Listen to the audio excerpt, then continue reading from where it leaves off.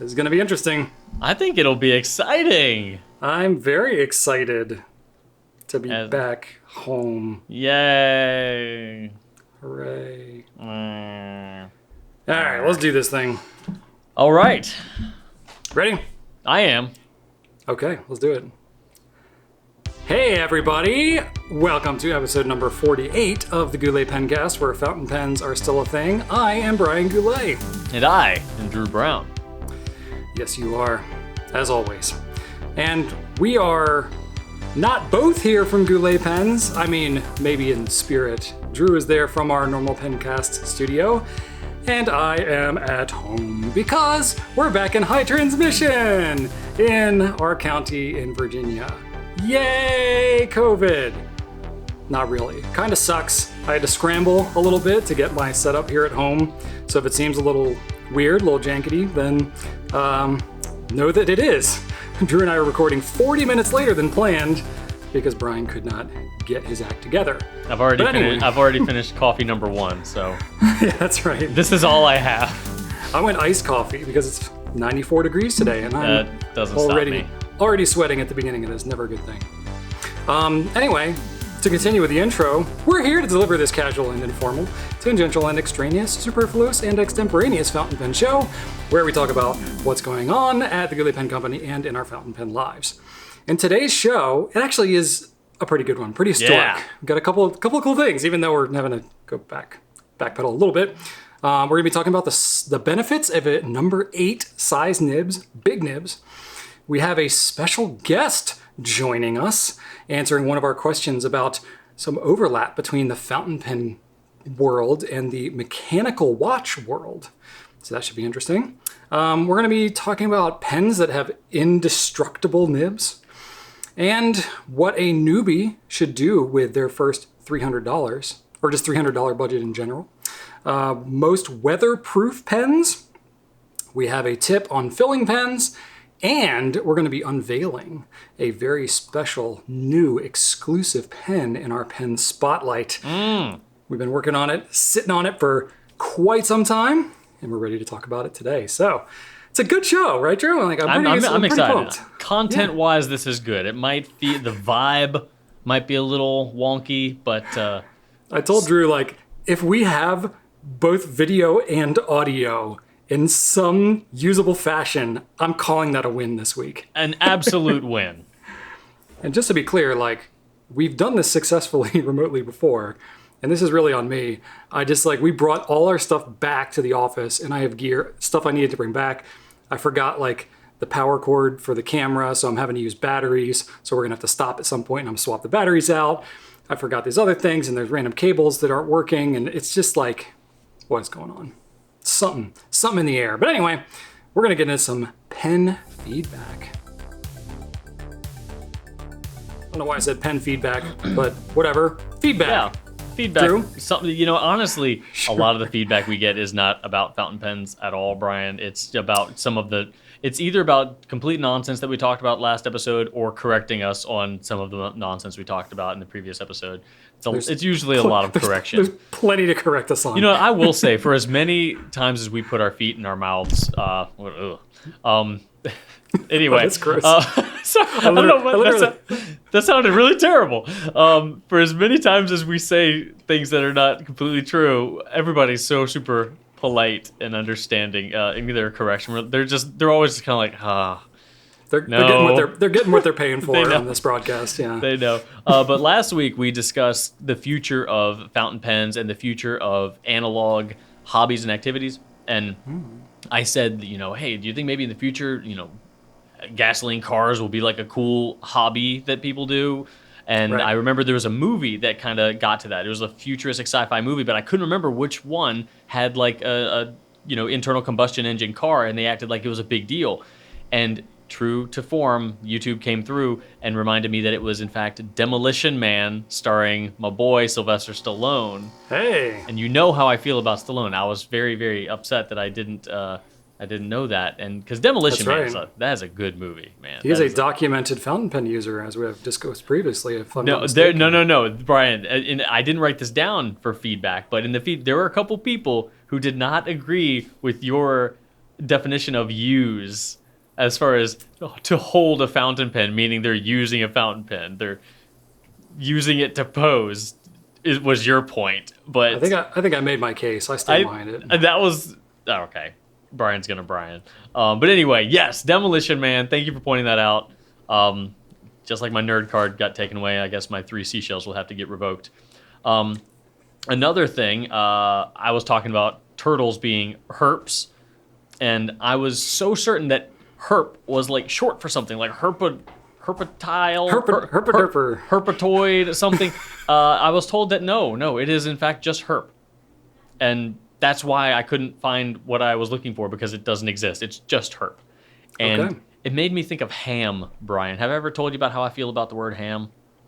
No, I feel like so. I feel strongly that ham is short for something, but it's not. It's just ham. But doesn't it sound like something like it? Doesn't it sound like a shortened version of a bigger word? I've always felt that. I'm like, what is ham short for? Like ham-million-ton? I mean, think like hamburger, hamburger, like that's beef. That's not pork. It's just like, oh yeah, it's ham and cheese. Ham what? It's just ham. And that's always bothered me. I feel like there's a mystery word out there that ham is actually short for. But anyway, herp and ham. I just think of 30 Rock with... the Ham Council? Yeah, the Ham Council. That's right. Ham! Yeah. And then finally, David suggested, in addition to my tip of the week last week, which is a very, very simple, barely even a tip, really, but just, marking down what ink you have and what pens within your pen case or a book that you keep in your pen case. David mentioned it's a good idea to, in addition to doing that, date when you have them inked up as well, because then if you mix ink up a lot and do different colors pretty frequently, in a way you can date some of your notes by knowing when you had something inked up. You can say, okay, well, this note was taken, around July or something like that. So why not write it down? You're already writing down the names of the ink. So I thought that was a nice little tip that could prove useful if you need to recall when you took a particular note. Maybe you weren't being super diligent in your note taking. It was more of a casual thing, but you never know. Sometimes those casual notes can come in handy. Yeah, I would say maybe it depends more if you're like writing it down to keep for reference after that ink is long gone out of the pen. That makes a lot of sense. If it's just like you literally just want to keep track of what ink is in what pen, then I wouldn't feel as crucial about keeping the date on it. But hey, it's not a bad idea. Yeah, not hurting anything. So yeah, good feedback. Good suggestion, David. All right. Got a note from Dan here. Brian is searching for perhaps genus or species, or I think he might have been reaching for taxonomy. That's the word. That's it. Which is, I was trying to find, the word taxonomy, which is the science of naming, describing, and classifying organisms, and includes all plants, animals, and microorganisms in the world. There you go. And herps. Thank you, Dan. Herps. Herps are part of a taxonomy, I guess, right? No, let's not open that door. Oh boy, we're slipping back down the hill. Okay. John said I would watch a follow-up of Brian really going to town on a Y Studio to see what the limits of it are. My brother works on his cars a lot and takes them to the track, and I'm thinking about buying one for him. Oh, that's kind of cool. But Drew's more like me. 3-pen inked limit and careful to clean all my pens well. My brother is not so dainty and is more work with his hands like Brian, that I would like to see how someone who would beat this thing up literally before getting it for him. I mean, that Y Studio would be a great pen for your brother, it sounds like. And I love the implication here that you just called Drew dainty, right? Referring to me as not being as dainty. I mean, I am definitely more dainty than you. I'll say that. I think that's definitely true. Fair enough. I feel like I'm dainty is not something I've often been called. Let's put it that way. I've been called an oaf. I've been called a gorilla. I will say that I am more afraid of breaking things than you are. Oh yeah, I will intentionally break things just to see what happens. Yeah, I remember one time we were testing out a new packing method. We got in a machine that like kind of did that thing that Crate and Barrel does, where you get it's like the crinkly, like expanded paper. Yeah, that honeycomb sort of design. We're like, all right, will this be a more environmentally friendly option than bubble wrap? And Everyone so was we're, like, I wonder if it'll hold up. And I was like, let's find out. yeah, so we wrapped up a bottle of ink, packed it up, and Yep. we were like, hey Brian, go, kick this or something. And we figured maybe like a lofty punt up into the air and a landing. No. Homeboy I spikes it I spiked it like a football on the ground. Like I on just the won Super concrete Bowl. warehouse floor. And he's And it like, nah. broke. And he's It like, broke. no, this isn't any good. This stuff sucks. No, we didn't like totally rule it out then. I was just like, oh, okay, like it won't take that. So that was a bit much. And you could tell, like when it like landed, it didn't bounce a whole lot. It just kind of like poof. No, it was defeated. It was defeated. Yeah. Structural But integrity. You can do that when you're Gone. the owner. You can just be like, oh, if I break it, I bought You it. bought so it, yeah. smash it on the ground. It's like, well, learn something there. Okay. And you've run over pens with your vehicle before too. Absolutely. I can't tell you the number of times that Drew has like brought me a nib or something, and he's like, I'm pretty sure I need to like pull harder to get this thing out of here, but I don't want to break it. And I'm like, give it to me. I'm like, and I just like yank it out of there. Sometimes it works. I break it. Yeah, sometimes it works, sometimes it doesn't. Usually it works. I'll say that. Yeah. You're not sloppy about it. Usually it works. Oh yeah, I'm very intentional, but yeah.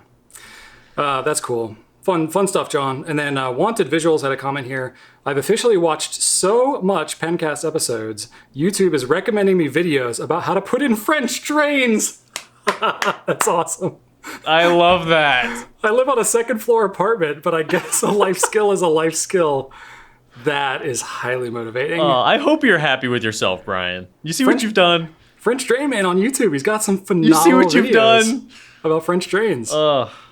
It's good knowledge to have, Boy, I can't tell you. I mean, I learn most everything I know on YouTube these days. Not in I stay away from politics and like even news and all that. I'm like, okay. But stuff that's like hands-on, trying to learn like fixing something on your car, whatever, getting a stain out of a carpet, stuff like that. I'm like, okay, I know enough about these things to know when I'm like on to somebody that really knows what they're talking about. So yeah. French drain stuff, yeah. French Drain Man. He knows what's up. Very regional, though. Really depends on your climate, your soil condition. The French drains make a difference. Anyway, you're not learning about French drains. You're here to learn about pens. And you've yet to learn a thing yet. But we're going to change that now because we're going to get into new stuff. All right, new stuff. Let's talk about what's new, what's coming soon. I got a couple of things to mention. One is a new sailor pen called Knight to E4. That is a chess move for you all who are, well, I mean, if you're watching this, I was going to say for those of you who are nerdy enough to know chess moves, but I'm like, you're watching a podcast video about fountain pens, so you might be a bit self-selecting there already. But I love chess. I learned to play when I was 9, and it's on my bucket list to teach someone else in my family how to play chess, because it's like a point of pride at this point that they don't want to learn how to play chess. But I'm like, it's going to happen. It's going to happen. I'm going to make it like maybe like my 40th birthday or something. I'll be like, I want nothing else but for you all to sit here and learn how to play chess, and I'm going to teach you. I think that's a move I'm going to pull, Drew. I find it interesting, but I don't have the patience for it. It's just like anything. Like if it's poker or chess, I start off engaged and focused, and then by the end of it, I'm just like, screw it, kill me, I'm dead, whatever. I do something dumb on purpose just to lose, just so I can get out of there. It's a fun game. I mean, it's different every time. I agree. I just can't hang. There you go. Well, fair enough. It gets The better worst with time. part is when I try to play poker, I'm like, I'm going to do it this time. And then I try to do stupid things, and then I end up like accidentally bluffing my way to victory. And Yeah. I'm like, no, I have terrible cards. They're like, do you? I'm like, yes, I absolutely do. They're like, and they go all in. I'm like, no, don't do that. I have bad cards. I have serious. They like flip it around on you and get to where you don't even understand if you're bluffing or not. They'll fold when they should have. Anyway, yeah. There you go. Fun stuff. All right. Well, anyway, about this pen. So it's a Pro Gear pen, flat top. Drew, I know you're a fan of the old flat tops. It's better. Yeah, it's a interesting pen. It's I would say it's a little more classic styling. Black pen, gold trim. It's got a metal grip, which you do not see a lot on sailors. I know that can sometimes be divisive for folks, but it's got your little your little like rim on the end there, so you're not just gonna slip and slide right off the thing. Not to allude too much, because Drew literally told me about a slip and slide story from this weekend, which I'm sure is coming up later. Anyway, but it's got a knight on the top, and yeah, pretty cool pen. And it's a little pearlescent too. It's not like a flat black. It's got very subtle, yeah, very subtle pearlescence. And I imagine that if you're a tried and true Pro Gear user, this is a very different experience just because of the weight distribution. Having a metal grip really changes the experience. Yeah, it's going to front weight that a bit. So that's pretty cool. So it's got that 21 karat nib, the mid-size nib out of the 3 that Sailor's known for. So great writing pen. Bicolored nib too, which I like that. It's a bold choice to have all gold trim but still do a bicolor nib, but it's nice. It's got that silver touch just within the like decoration part. So it's just a little hint of it. So I don't know. I've always kind of been a sucker for two-tone stuff, in general. Even long before pens, like watches and whatever else. I've always liked that look. I don't know why. But anyway, so it's got that little touch. So you can go check it out. We got it on our website. It's $460. So, it's up there. It's definitely a, more collector grade, investor grade kind of pen. But if you like Sailor, you like that, Pro Gear style, you're gonna like this pen too. And then we have another pen that we're going to be talking about in the spotlight, but we have a new LAMY pen, and I'm not going to spoil it quite yet. I'm going to make you watch a little bit later. Ooh, but stay more tuned. Will be revealed. All right. And that's all I got. That's all I got. Released this week, by the time you're hearing this, will be a new TWSBI Eco, and it is a transparent yellow, just in time for the springy season, very citrusy. So if you would like to write with that sort of vibe, this is a good pen to do it with. And yeah, it's an Eco. They're good. Hooray for that. Also, kind of in that same, vibe, we've got the Arizona Sunset Homo Sapiens by Visconti. So another predominantly yellowy themed, less citrusy though, more American Southwest, but still, it's got some warm vibes. So 2 pens, 2 very different price points, but you can expect some tried and true performance from both of them if you're a fan of the Eco or a fan of the Homo Sapiens. Both super popular pens that have a great reputation. And if you've wanted to get one and just been waiting for something that looks very warm, then there you go. These are them. Yeah, that Arizona Sunset's got a lot of red to it too. It does. It definitely has more of like a mesa feel to it. Yeah, to me it feels like more like a red orange than maybe a yellow. Yeah, I guess you're right. It's more of like I guess more like a clay sort of. Yeah, a sparkly, swirly clay. Yeah, we can go with that. Clay. Yeah, but like a pretty clay. Basically, not clay at all. No, but then one more too. We just released the Rickshaw 2-pen koozie with the Fire and Dice Dragon on it. So, if you'll remember, we had the Fire and Dice rollerball from Retro 51. It sold out. We got more because you wanted more, and then we greenlit a mechanical pencil version. So that's coming down the pipeline soon.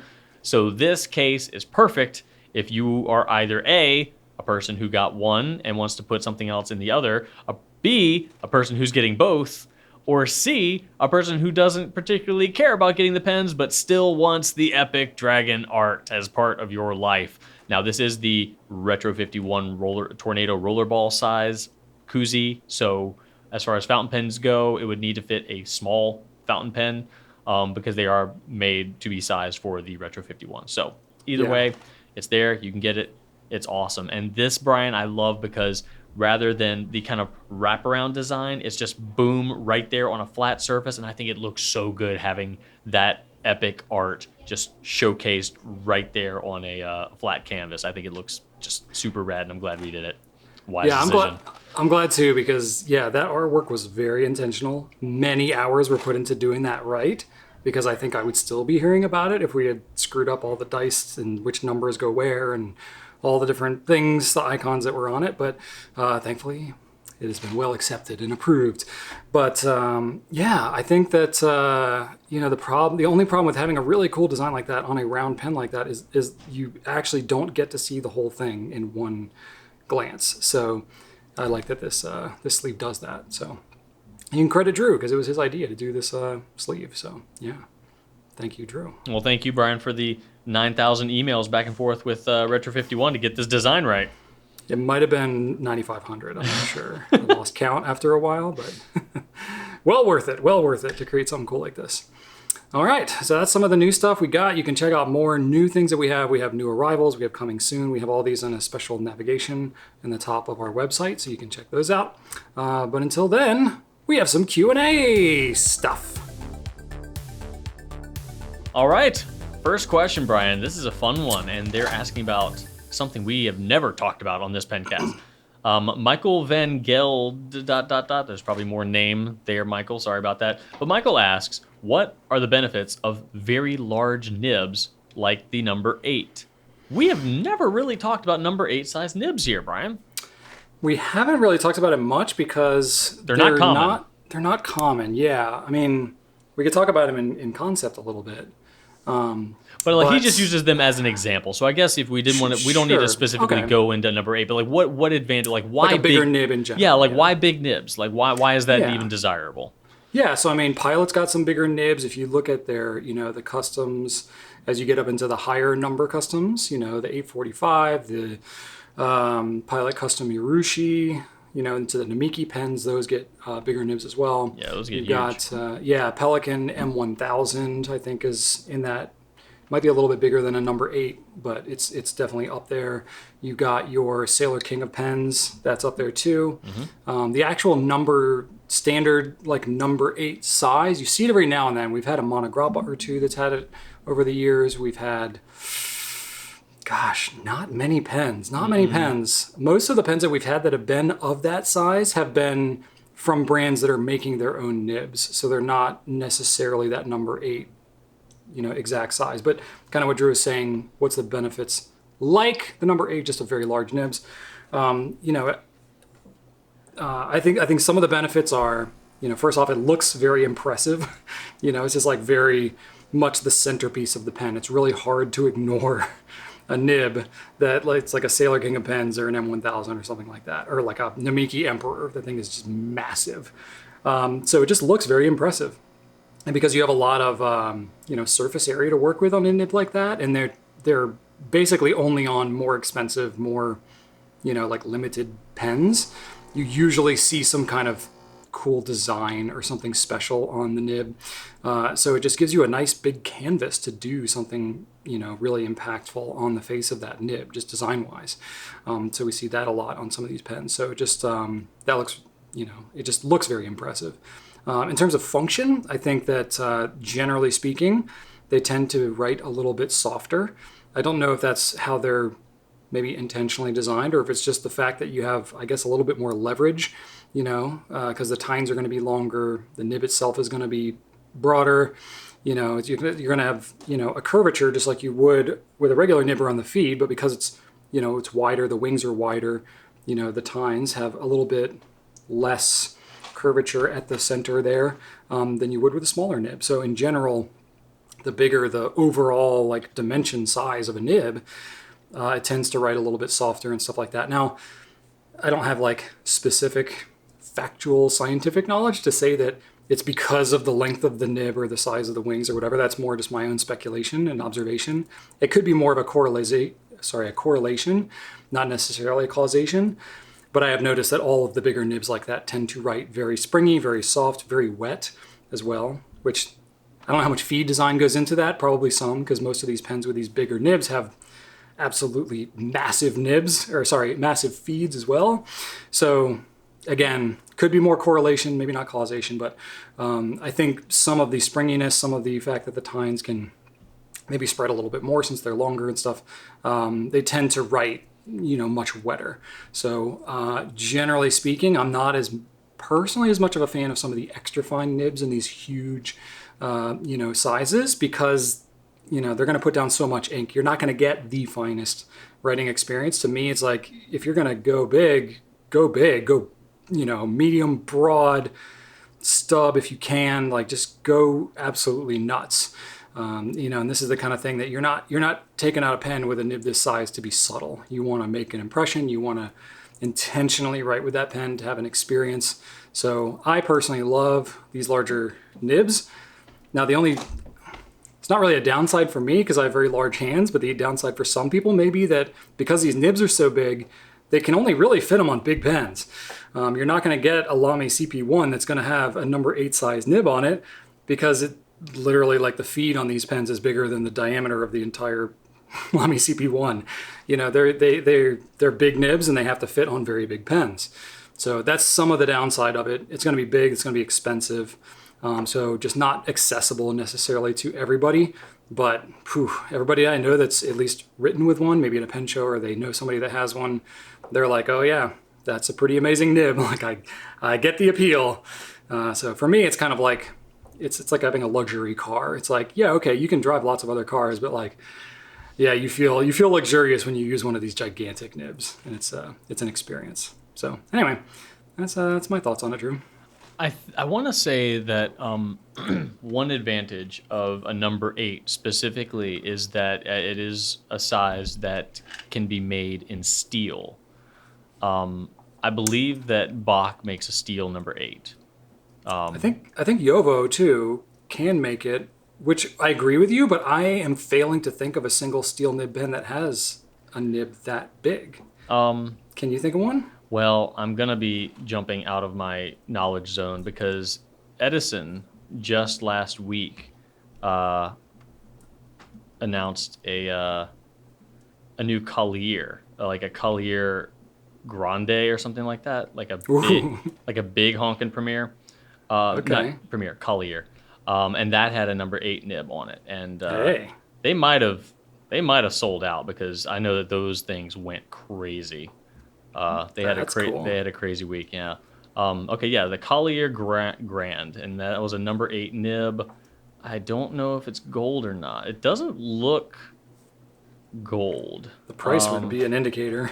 Well, I mean, it's a big honkin' pen, so I don't even know what the price is. I've steel, never... Steel. So yeah, that's a steel nib. So there's no indications on it, but it is. So I think that the number 8 nib at least there's an advantage there because, like Brian said, all of the other big honkin' nibs, those are all Sailor King of Pens M1000 and above. So you're talking like there's really no good way to get a gigantic nib for less than the $1,000 zone, really. I mean, if maybe in the 800s somewhere, but you can get a steel number 8 out there. We don't have that. This is in our zone where we don't sell any, so anything.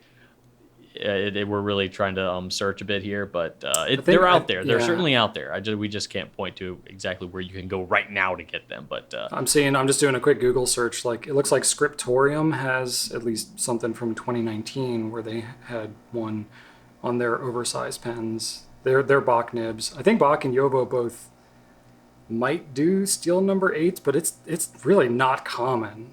Really not common at all. No. There could be something to that. It has to have the right pen, though. It has to be a pen that's big enough to accommodate that.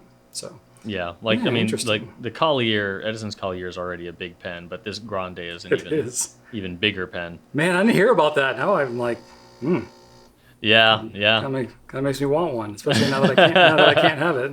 What are you gonna do? Cool. But so I don't know.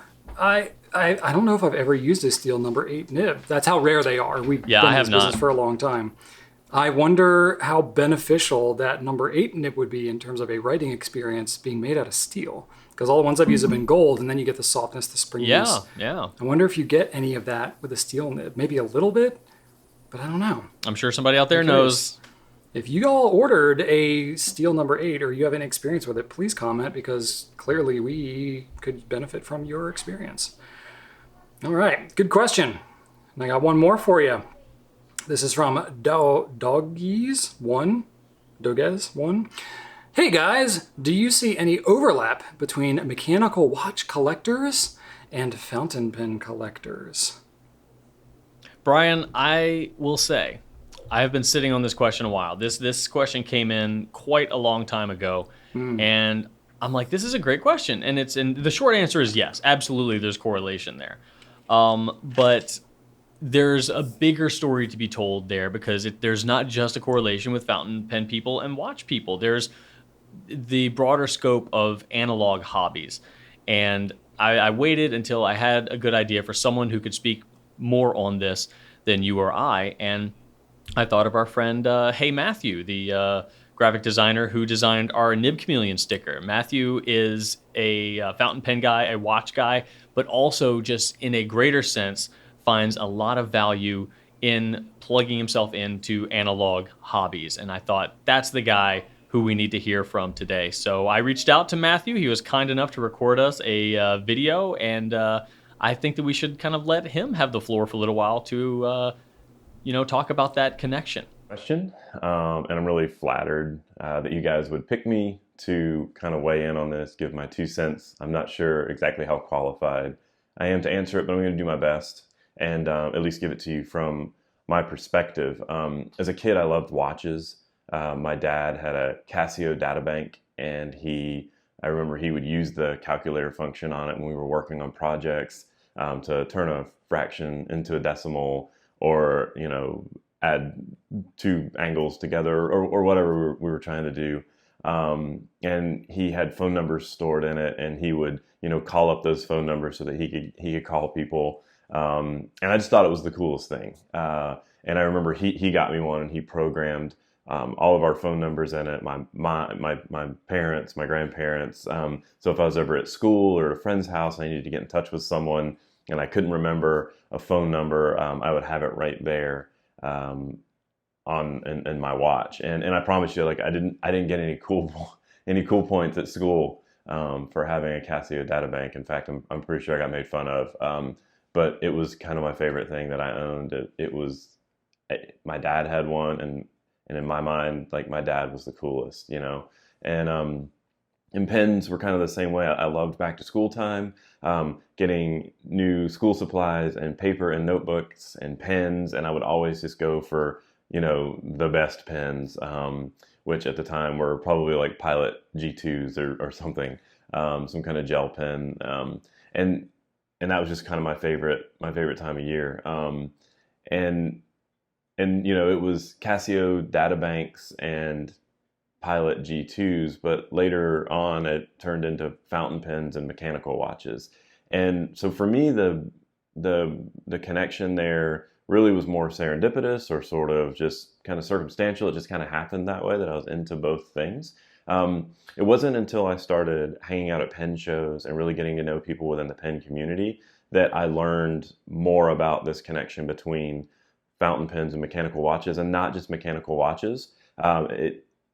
Fountain pen people tend to be sort of Luddites. Like we sort of we embrace technology, but we're also always looking for something analog, something tactile that's not social media or electronics. And so I think I've seen fountain pens and mechanical typewriters, or fountain pens and mechanical cameras, fountain pens and sewing machines, just car engines, whatever, these mechanical things. And so for me, it's kind of two things. So first is sort of this idea that we can sort of disconnect by using a fountain pen, or by using a mechanical watch. I love my iPhone. I love my iPad and my digital drawing tools that I have on my iPad, on my computer.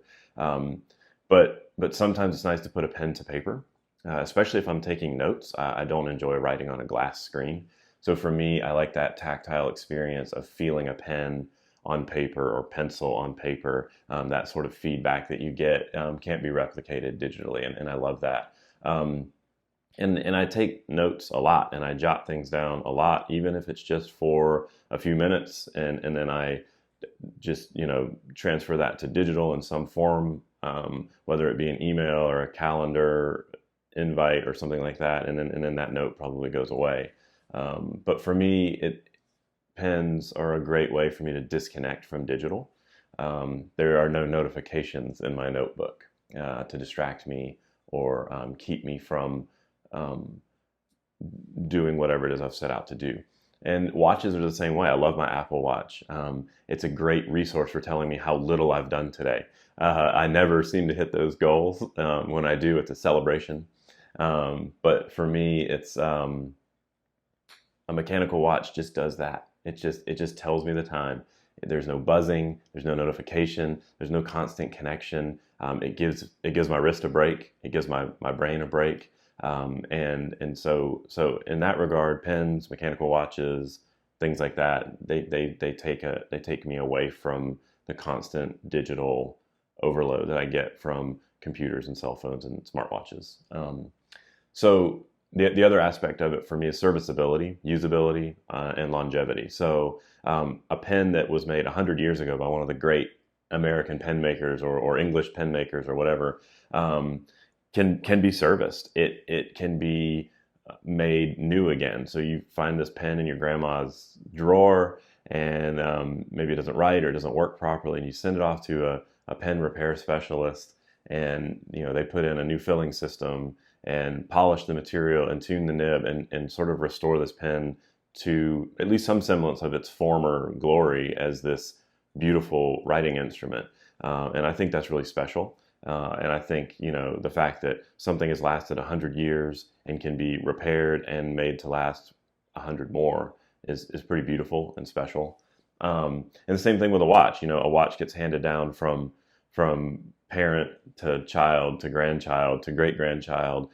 This thing that was made 100 years ago that survived wars and famines and hardship and seen people through marriages and retirements. It's told time through all of that. And maybe you're the third or fourth heir of this special watch, and it's not keeping time like it once did, or maybe it's cracked or broken in some way. You send it to a watchmaker, and they can make that watch work again.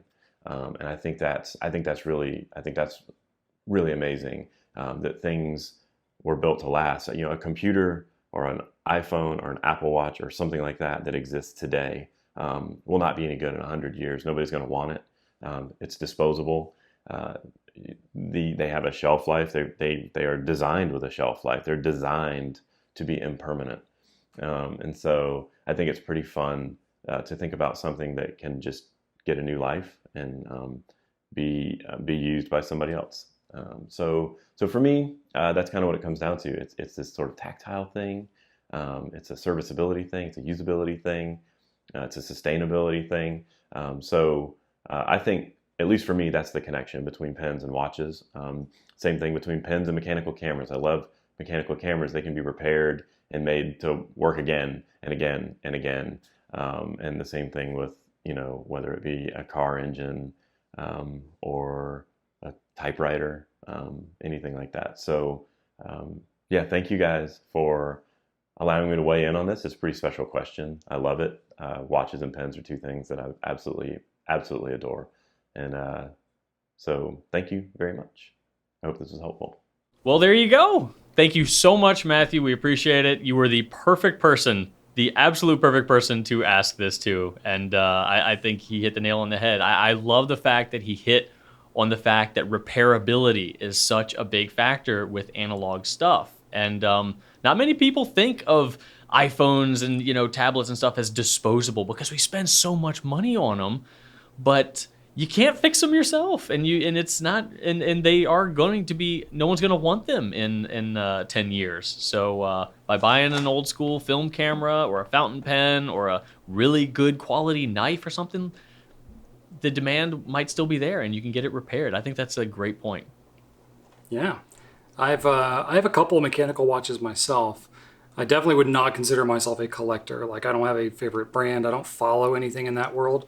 But I initially started to see some of the appeal. I saw some like skeleton watches that you could see the mechanics in it. Essentially a demonstrator watch, mechanical demonstrator watch. And I was like, oh, that's cool. Yeah, I have a couple of those too. I really like them. Yeah, they're super cool. And but as soon as I started to understand that there is that world, and then I peeked just cracked the door open, and I was like, ooh, okay, nope, too deep, too much. I need to like cut myself off. I cannot fall down that rabbit hole because it gets expensive. You think pens are expensive? Get into watches. Whew. Yeah. Okay. It's crazy. So I was like, nope, I got a couple of good watches. It's cool. They're just going to sit there. The thing I will say with this whole COVID situation that we've been in for several years now, every watch I have that has a battery is dead. So the only watches that I wear currently at the moment are my mechanical watches because I can just pick it right up and wind it and it'll go. So something to be said for that. In a post-apocalyptic scenario, I would rather have a mechanical watch than a battery-powered one. So anyway, not Very that that's cool. something I think about very much, but Yeah. I guess why would you need to know what time it is in a post-apocalyptic world anyway?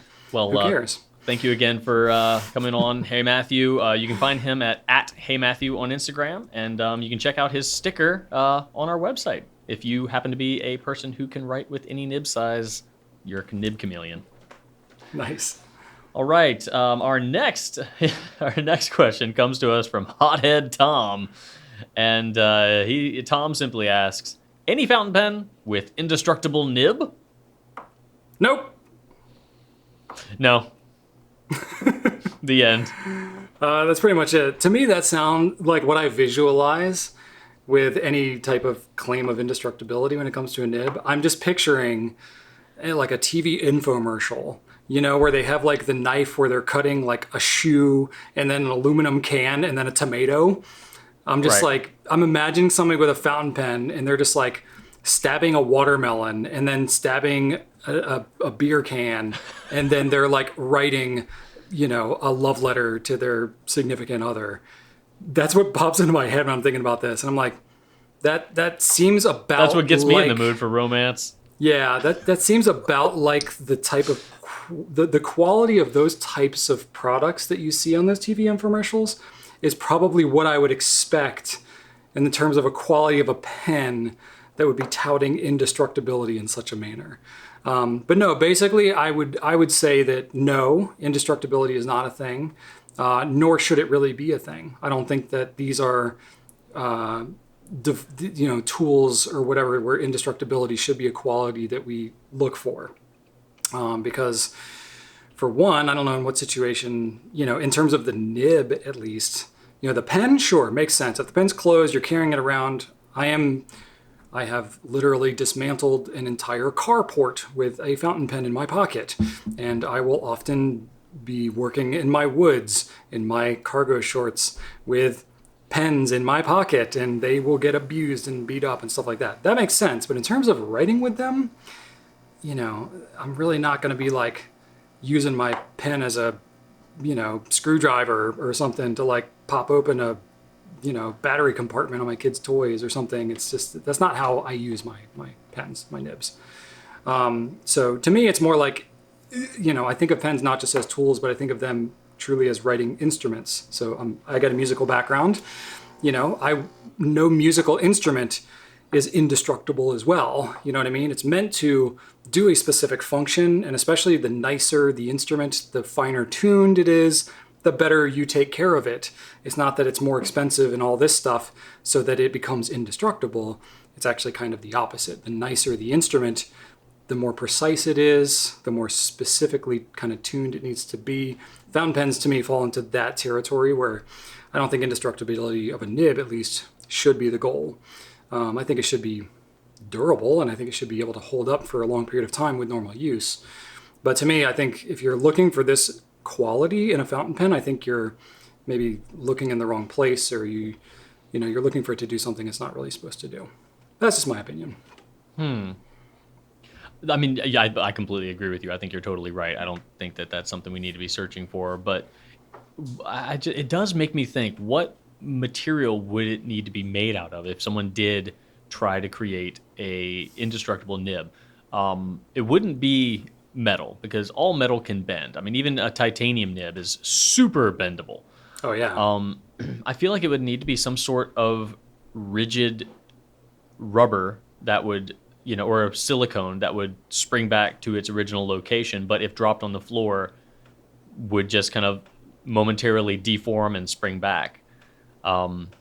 Yeah, but then like silicone is not a precision material. You know what I mean? Like no, it's got silicone ink's got to flow through it, and it's got to be able to hold its distance. Like for the ink to the capillary action to actually work through those tines, it's got to have a very kind of specific amount of distance between the tines for the ink to flow through consistently. Even if you have like a more rigid or a more flexible kind of material, I don't think it's going to spring back consistently and precisely enough to be able to do it. At least with no material that I am aware of. Yeah. That'll do that. I mean, I think stainless steel is pretty friggin' durable. Yeah. And the tipping they use for the tips of these nibs, it's literally like some of the rarest, hardest to find materials on planet Earth. You're talking about precious metals, and originally iridium, which they don't really use much iridium anymore because it basically comes from meteorites that come from space. I think actually primarily from one meteorite too. I believe so. So I mean, and there's not that much of it left. So it's they use basically rhodium or some other precious metal, which is also not that bountiful in the grand scheme of things. So you're using some of the most durable, hardest wearing materials on Earth. I think if there was something better, it would have been found probably sometime in the last 150 years as fountain pens have been going along. But you never know. They could develop something else, some graphene coated something or other, some kind of material, and it could be adapted into the pen world. I don't know. I'd be interested to see if that ever developed into a thing, but I don't think anybody's really like taking the most advanced materials sciences and putting it into old, arguably certainly outdated not. Technology. Yeah, certainly not. No, that's all going into the disposable phones that we're paying $1,000 for, right, Drew? Oh God, hurting my heart. Sorry guys, coffee went down the wrong hole. I was gonna say it better be coffee. This is why we're apart from each other right now, Drew. I don't want you coughing all over me. It's definitely the coffee. All right, good stuff. I mean, I think it'd be a cool concept, but nah, indestructibility, not something you should look somewhere else for that. Get out of here with that. Get out of here with that nonsense. Oh my gosh. Okay. All right, got another question. This is a two-parter Instagram question. This is from a double VHS set. Yeah, there you go. Like Titanic or Dr. Zhivago. Yes. Souza Jesse says, 1, if you were a newbie and had a $300 coupon, would you buy several starter pens, or would you, I'm guessing that goes into part 2, it gets cut off there. Mm-hmm. Part 2, get something more expensive that you potentially would not have the money to get later. Ooh, so a newbie, would you, if you had a windfall of sorts, the house money effect, would you start small and work your way up, or would you just blow it all in one That's a good question, swoop? and it's not an uncommon question either. It's like, do you go with like more pens at a lower price, or one pen at a higher price? Potentially getting something that will last you forever. Like, this is the only pen I'll need. And yeah, for a lot of reasons, you could find a pen that would be all you need if you're that type of person. If you are just gonna say, this is it, I have my one pen, I'm good. But let's be honest, if you're listening to the show, you're probably not that person. So I am gonna say definitely a bunch of pens rather than one $300 pen. And I actually now I will say, if you did want to do one $300 pen, you could go with a $300 pen that will last you frickin' forever if you take care of it. So you could get a Pilot Custom 823, a 912, which is my favorite pen, or a Pilot Falcon. You could do either a full-size Sailor Pro Gear, full-size 1911. You'd be set. Like that's great. If you had any of those, you're going to be camping happily. Those are fantastic pens. However, it's not going to be a... How do you know you're going to like those if you're a newbie? Right, exactly. That's the challenging part for me. So I'm going to say, nah. I'm going to say go with more. So I also did a little bit of shopping in preparation for this question, Brian. I hopped on gouletpens.com and I made myself... Drew's going to be dropping hints at me later. I made myself a little shopping cart. So for $300, here's what I got, ladies and gents. I got a Ocean Blue All-Star, which was my first fountain pen, by the way. with a converter and a spare nib, because Lamy lets you do that very affordably and very easily. I got a TWSBI Swipe, which was my 2021 pen of the year. Love it. I got a Pilot Explorer that has an additional Con 70 being packaged with it. I also bought a Pilot Kakuno with an additional Con 40 attached to that. I got 2 Pilot Parallels for additional fun. I got a High Ace Neo, which is even more calligraphy fun. I got a bottle of Pilot Roshizuku Kanpeki. I got a bottle of Sailor Manyo Haha. I got 4 Goulet notebooks, 2 Rhodia dot pads, a pack of Pilot cartridges, a pack of 2 syringes, a bulb syringe, and I still have $25 left over. And I don't even need that for shipping because I'm in the free zone at that point. So all that with $25 more for you to get another pen if you wanted to, some more accessories, some more bottles of inks.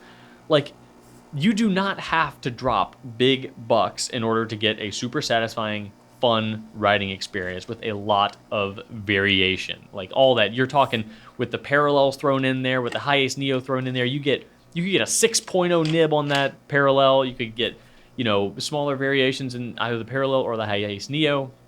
You've got Japanese extra fines in there. You've got the TWSBI Swipe, which comes with a buku type of converters and cartridges galore. You got some of the best ink we carry. Like, you get the full range of writing experiences for $300. And that's just my personal shopping cart. You could very easily come up with something with even better variety than that. It's not hard to do, but $300 spread around, managed the right way, like, oh my gosh, you are gonna, that's fun for years right there, for real. And that would 100% be my recommendation.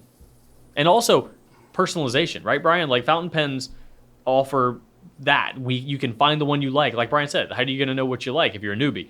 Experiment. And that's one great thing about fountain pens. Your nib size, your ink, your paper, find the thing that speaks to you. And then that's, you can kind of, at that point, move in that direction with subsequent writing experiences, purchasing decisions, collections, whatever. But casting a wide net, and bringing in a multitude of options will, I think, help you get there faster. It's a solid list, Drew. Very well thought through. Yeah, I would throw a TWSBI Eco in there somewhere. Maybe swap something else out.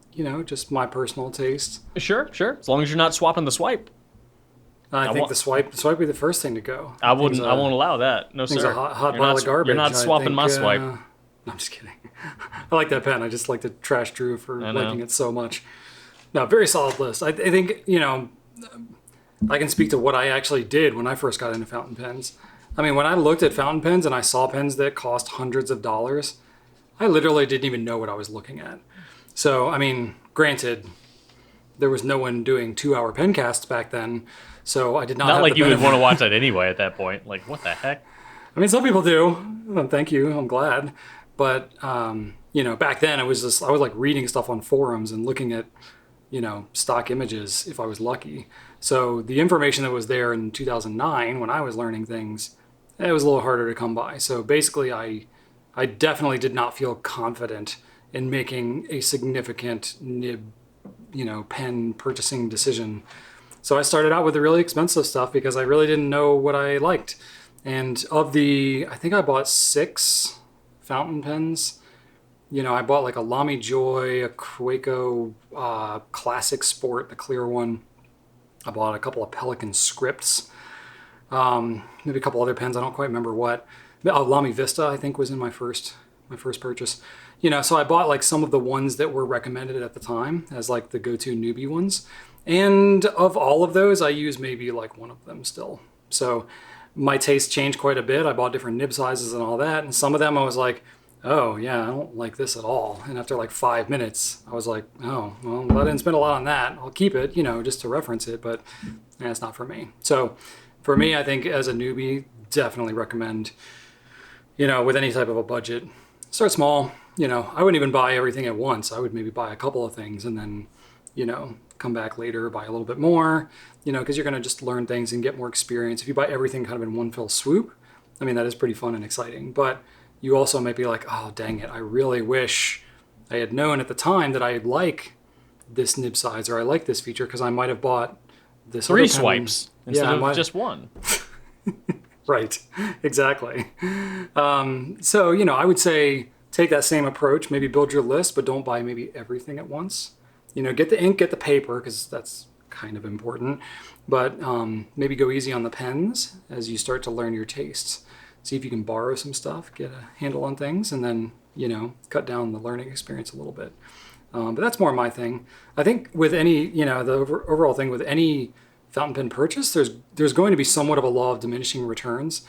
Spending twice as much on a pen doesn't mean it's going to be twice as good or write twice as smooth or whatever. It doesn't mean you're going to like it twice as much. You might, but it doesn't necessarily mean that that's the case, especially if you don't really know what you're into and you're still kind of new to it all. So I think that you definitely don't even have to get into expensive pens. There's plenty of people that I know that we talk to, and they're like, yeah, all I own is like TWSBIs and basic LAMYs, and they're like, they're great, and I love them, and I use them all the time, and I'm wanting of nothing more. And I couldn't conceive of spending more than $100 on a pen. It's just not ever in my future. And I'm like, cool, like, more power to you. Just friggin' write your heart out. I think that's pretty awesome too. So I don't want you to feel like you always have to be spending more. I think there's a lot of contentment to be had with some more affordably priced pens. Absolutely. That's why they make a whole range of them, so that everybody can kind of get what they like. Absolutely. Yeah, and I agree with you, Brian. I think that starting in an entry, like the best answer really is to start with a very entry level pen, like a Kakuno or something like that, and then maybe look at like a TWSBI 580, that one of those kind of like $50, $60 pens in that range, and then move up from there. And we've got, if you look at our website, you can sort things by popularity, you can sort by price range. We have all kinds of videos that are, top pens for newbies, top pens for students, all kinds of roundup style videos that we've done over the years, with exactly this type of, notion in mind. So that's always a good place to start too. And you can get, trying to learn as much as you possibly can before dropping any money is always a good thing. And that's why we're here. And you can also email us at info@gouletpens.com. Our customer care team would love to help you pick out your first pen. Oh yeah, they do that all day, every day. Every work day, not on the weekends. Right. They have lives. Okay. We've got one last question from Curtis, Brian, and Curtis asks, the most weatherproof fountain pens. Weatherproof. Weatherproof. I don't know if I've ever been asked that specific phraseology before. I'm thinking like if a pen is just subjected to a multitude of elements of nature outdoors, which one is going to survive the best? So yeah, maybe some clarification might be helpful. I think either way we're going to get to a similar place.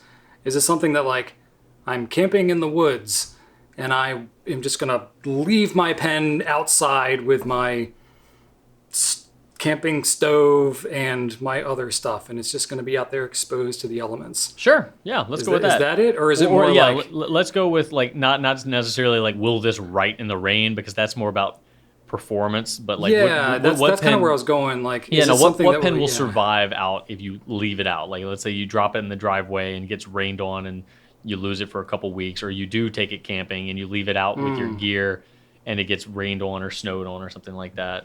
Yeah, okay. So it's more about like the durability of the pen, and like as opposed to the maybe writability. I think so, because all fountain pens are going to have the same like writing weaknesses, just because they all have the same system of performance. Fair enough. Yeah, well, speaking of what we mentioned a little bit earlier, I am one who will. I have like, I don't know, 5 pairs of, whatever, tennis shoes, running shoes, whatever you want to call them, that are now like my outdoor shoes, because I keep wearing my like normal everyday around the house shoes. And I'm like, oh, let me just take the trash out here. Oh, look, I need to pick these weeds.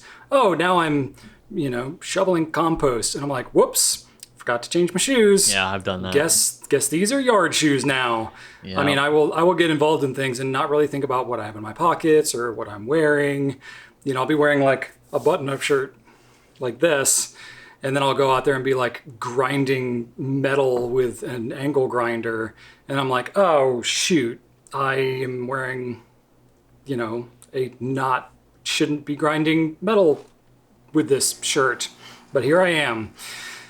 So knowing that about myself, I tend to like lean towards things that are, you know, a little bit more durable in that respect. So I don't like carry around a, you know, really nice Namiki or Tachia or something like that in my pocket. Those are pens that I will keep in my backpack or at my desk or whatever. The pens that I keep in my pockets are the ones that are going to be kind of what Curtis is asking about here. So for me, they kind of fall into like two different camps, right? You get like two different pens that are really good for this type of usage.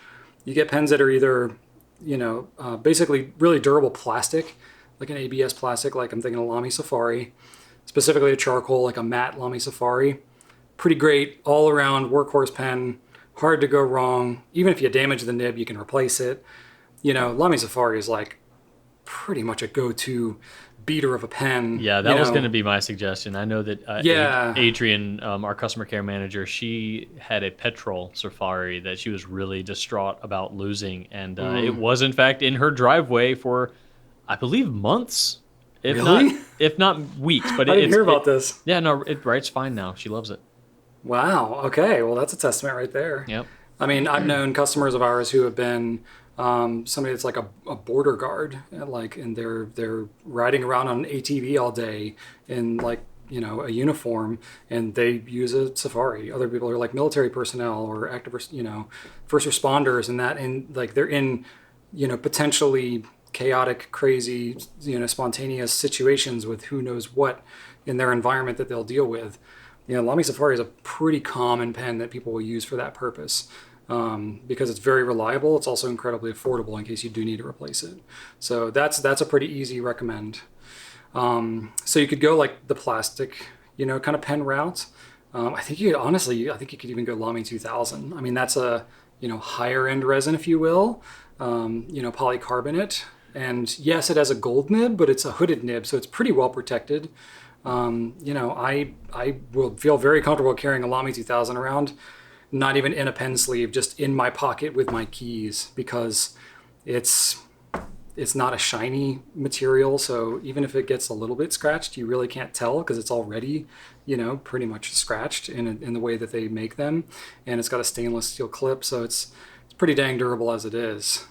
So that's one that I would recommend, though, you know, I would be more hesitant about losing that one. So maybe not bringing that one out into the woods, but, you know. I wonder if we could go a whole episode without saying anything about a Lamy 2000. I mean, it's a pretty sweet pen. I don't know if we have yet, Brian. I think it comes up. I think it comes up every episode. Maybe not. No one's called us out on it yet, but I've noticed. It would be a challenge. I wonder if we could say like, "Hey, we're not going to talk about a 2000 this episode," and then something like this will come up. Oh, and also, whoops, there's another pen that is also pretty good. We'll called a Schmarmy Schmooshmousman. We'll have to come up with a secret code for it. So yeah, you could either go the very durable plastic route, or you could go like solid metal pen, like truly like the one you can run over with a car. Yeah. Like, you know, it was mentioned earlier, a Y Studio, very solid pen for that. You know, kind of in the same vein, you've got the metal pens from the All Sports from Kaweco. Those are super durable as well. The Traveler's pen, that literally is the pen that I had in my pocket when I dismantled my carport and it was like 95 degrees outside, and the thing wrote as if it had been coddled in a blanket in my office. I don't know what I'm talking about. Okay. But, you know, it'll take a licking and keep on ticking. Kaweco's actually got several. They got the All Sport, they got the Lilliput, they got the Supra. Like they actually have a surprising amount of metal pens. I mean, even if you wanted to go with plastic, they've got a contender in that arena too. That's true. Like, Kaweco, I mean, yeah, Kaweco is like those. That might be one of the most durable pen. Is that one of the most durable pen brands out there? I'm trying to think of a pen. It might be. They're definitely not as they're not as dainty as I am, for sure. They're not. They do not make dainty pens. That's true. I like that. Yeah, I think that would be a good contender. And some of those pens, I mean, the metal ones, any metal pen, you're going to be getting up there a little bit more in price, but they're gonna really, really hold up. I mean, that's not a pen that you're going to damage. Basically, I mean, you would have to really try. But yeah, that's kind of, you know, the metal. I think the only thing I'll say about the metal, I mean, theoretically, you could have them corrode or like patina or something like that Yeah. with a lot of exposure. But it's going to take a while. I mean, I guess if you like leave it in your driveway for months, like it's going to show its wear. But I mean, metal in that situation is going to last longer than plastic. There's no question about that. So like, I think that's going to be not as much an issue. The main concern with metal in like a I'm going camping kind of a situation is going to be the weight. Any metal pen like that, you're going to have a trade-off of the weight of the pen. Yeah, but wouldn't you also potentially run into some sort of either oxidation or corrosion or rust in the threads if you leave it out in the elements? Like plastic won't happen to plastic. It depends on the pen. Not all metals are the same. So if you have for example, if you have a stainless steel pen, you're fine. Like that's not going to corrode. If you have an aluminum pen, you're going to be in pretty good shape unless you make contact with certain chemicals that it will corrode with. If you have a copper or a brass, you might get a little bit more of that, but neither of those really rusts. They'll patina and they'll be like sensitive to things like salt water maybe, but in general, it's still going to hold up pretty darn well. I mean, like I'm talking like over a period of years, copper will turn black and kind of green and stuff like that. But even then, if you're actively using the threads, if you pick it up after it's been outside for 3 years and then you go to unscrew it, it's going to be a little tight because you might have a little corrosion that has gotten the threads in there. But you do that a few times and it's going to break off any corrosion and it's going to expose the bare metal and you're good to go. I think we need to get a couple fountain pens sent to one of the deadliest catch, crab boats and see how things come back. That would certainly test the weatherproofness of any. I mean, there's lots of weather happens out in the Bering Sea.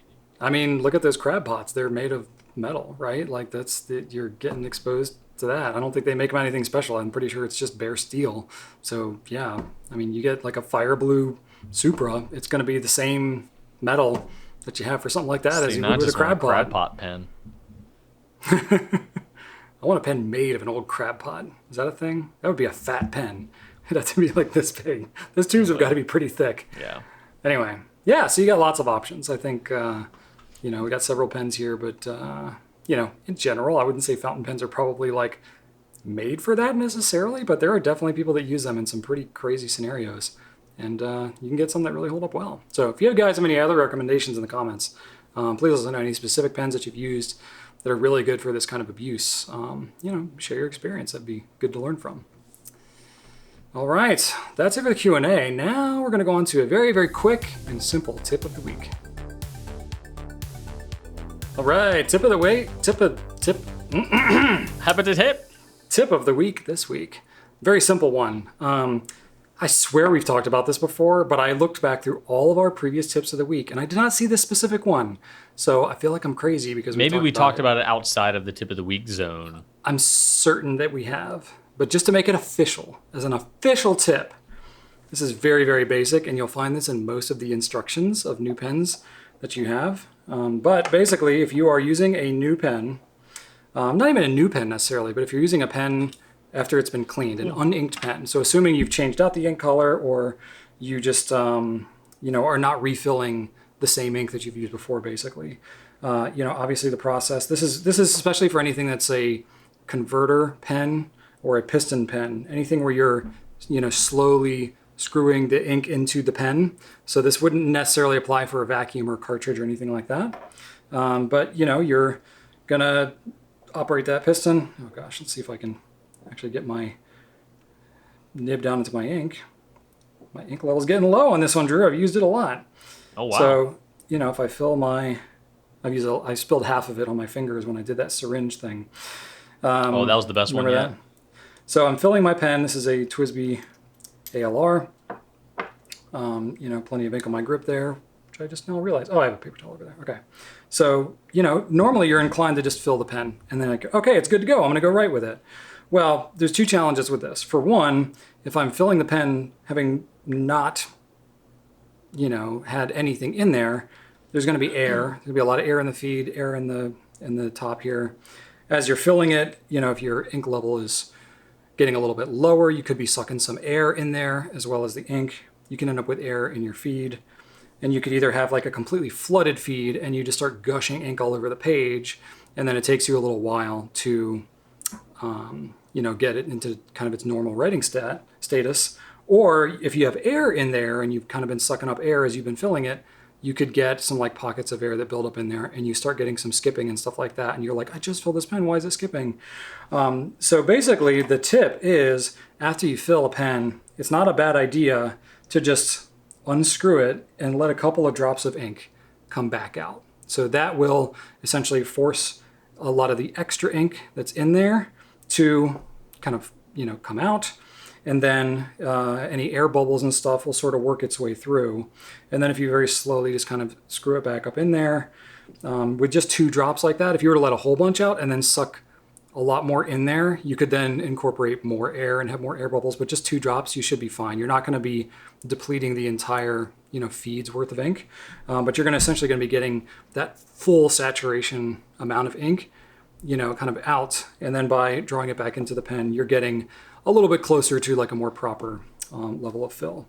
So that's something that, like, even from some of the old pen sales reps and stuff that we know who've been on the circuit for like 20, 30 years, they all have this method. Pretty much all the manufacturers going way back when they filled pens, it was always you fill it all the way, let out a couple of drops, and then you start writing with it. So just a good practice to have. I don't think it's something that gets maybe quite talked about as much with newer pens, and especially because a lot of newer pens, they don't have like full instruction sets and stuff with them necessarily, because so much is online and it's accessible, and it's, there's videos and stuff like this. It's a little more common knowledge. And but back in the day, I think that was much more common. So it's just not a bad practice to have when you're doing it, so you're not going to really miss those couple of drops of ink, but you're probably going to have a little more reliable, a little smoother writing experience if you fill your pens that way. So that's my tip.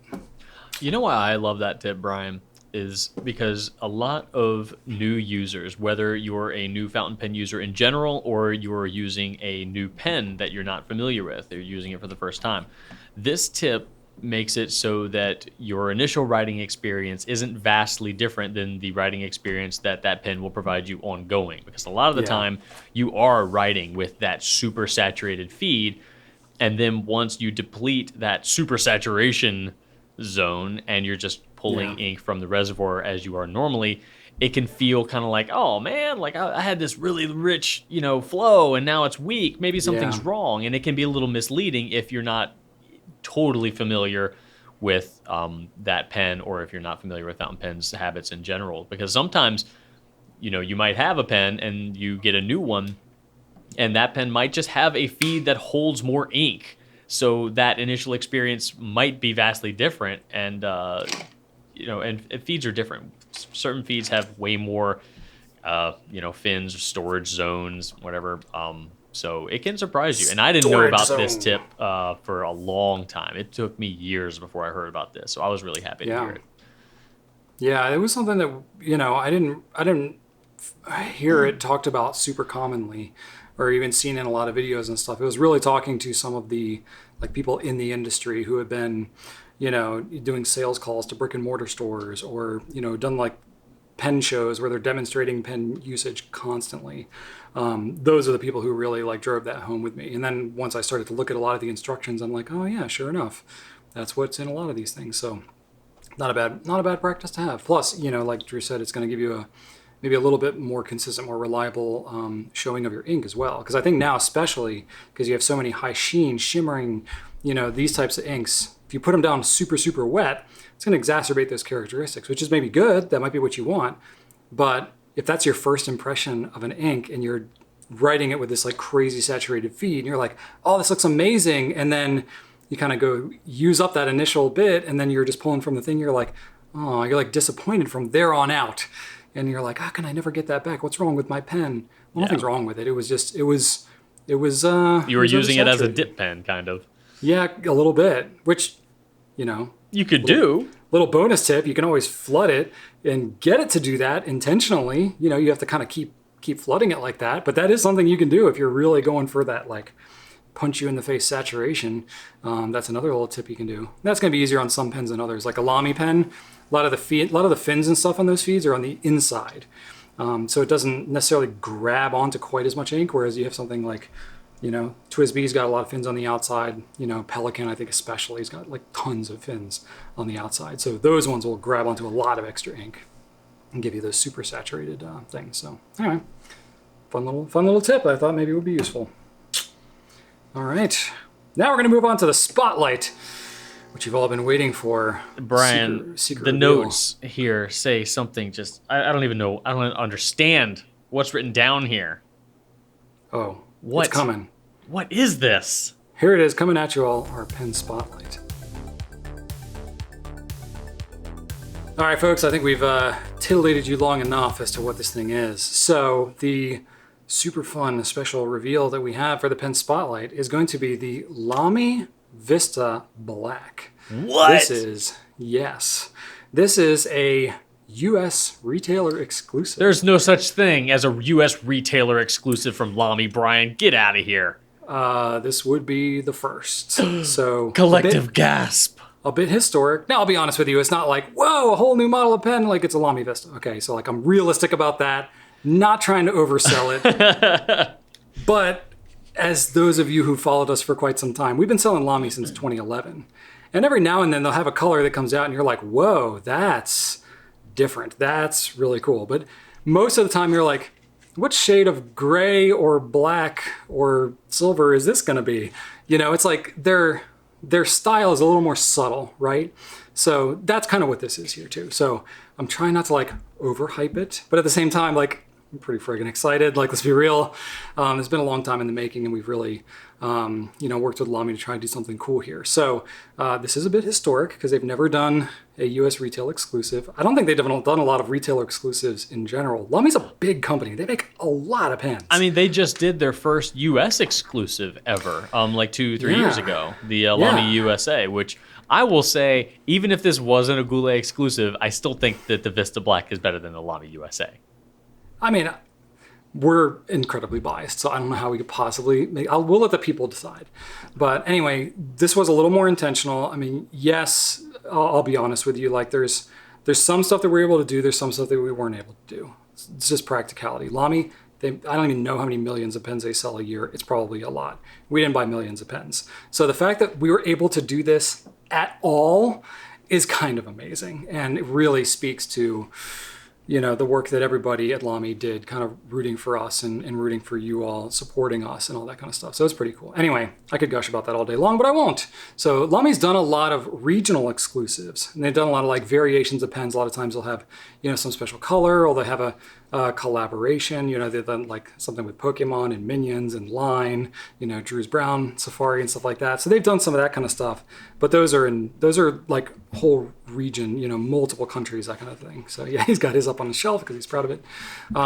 So quantities are pretty substantial to buy those, so it wasn't practical for us to do that. But what we did think was really cool was like, the Vista has been a pen that we have carried from the very beginning. It literally was like one of the first fountain pens that I ever bought, ever used. I still have it. It's right here. This is my Vista that I've had now for, I bought it in 2009, so 13 years or something like that. Wow. Still trucking, and it's like the one I've used in all my videos. This is the one. And it's literally the same. It has not changed. I don't know exactly when they came out with the Vista. They came out with the Safari in 1980. They called it the Safari Vista at first because it's a Safari that you can see through. It's the only demonstrator Safari I think they've ever done, that to my knowledge. But they came out with this and they're like, yep, we're good forever. Never going to do anything different. And they've never done anything different with the Vista. And it's just been like a consistent pen. It's just kind of always there. It gets talked about a little bit, but not a whole lot. People buy them. They sell pretty consistently. They're reliable, but they're just always there. So we were like, that would be kind of cool to do something unique with the Vista. So we threw around some ideas, and the notion of doing a variation on the Vista was something that they perked up a little bit, and we were like, okay, let's do this. So The Vista, it's been, this mainstay ever since 2011. So I got some notes I'm referring to, and I've already said half of it. So looking at other colors that they've done of other pens, like the Safari All-Star Studio, even like the 2000, the Emporium, the CP1, the Scala, they've done special editions of all these pens, but they've never done anything different with the Vista. So we wanted to keep a lot of what was good about it, but we were like, with some minor tweaks, we think we could make this thing just like super tight. So that's exactly what we did. So the big selling point of the Vista, obviously, is that it's a clear-bodied pen. Clear demonstrators love those pens. Not looking to change that. But, we wanted to jazz up the trim a little bit and, enhance some of the packaging and the initial stuff that comes with it. Really, we just wanted to, put a bow on it. Didn't need drastic changes. So what we did, we kept the body exactly the same. And that helped too, just from a practical standpoint. If they didn't have to make a whole new body, that actually made it feasible for us to do something. Whereas if we were some whole new color, new design or whatever, we would have been talking some ridiculous number of pens we could have never afforded, right? We're just one retailer. But we were able to work with the body and make changes to the rest of it that I think y'all might like. So we did change up the trim. Normally it comes with a silver clip, but they have a black clip on certain pens. They didn't just take the regular black clip though. They did a black PVD coating, which is a more durable type of black. So we wanted this to really be able to, take some abuse. So they did a PVD coated black clip. And I forget what PVD stands for. Polyvinyl. Does it look different than the regular clip? Can you? Not really. I mean, if you had another black clip. You can't really tell necessarily. I mean, black is black. How different is it really going to look? It looks pretty similar to most other black clips, but it's just going to be, ideally a little bit more durable since the clip is something that can take a little bit more abuse. Cool. So it's got that black clip. It's got the black nib as well. Just a standard Lamy black nib. And then that's nice because it already had a black ring here. It already had a black finial. So we thought it would just stealth it out a little bit more. So really the only silver part left on this pen is you got, the insert here and the cap. I don't think it was practical for us to make that in black, so we just kind of left it. But then something else that I don't think Lamy has ever done, not to my knowledge, we packaged it up so that it comes with a black cartridge. I think literally every pen they've ever done has come with the standard Lamy blue cartridge.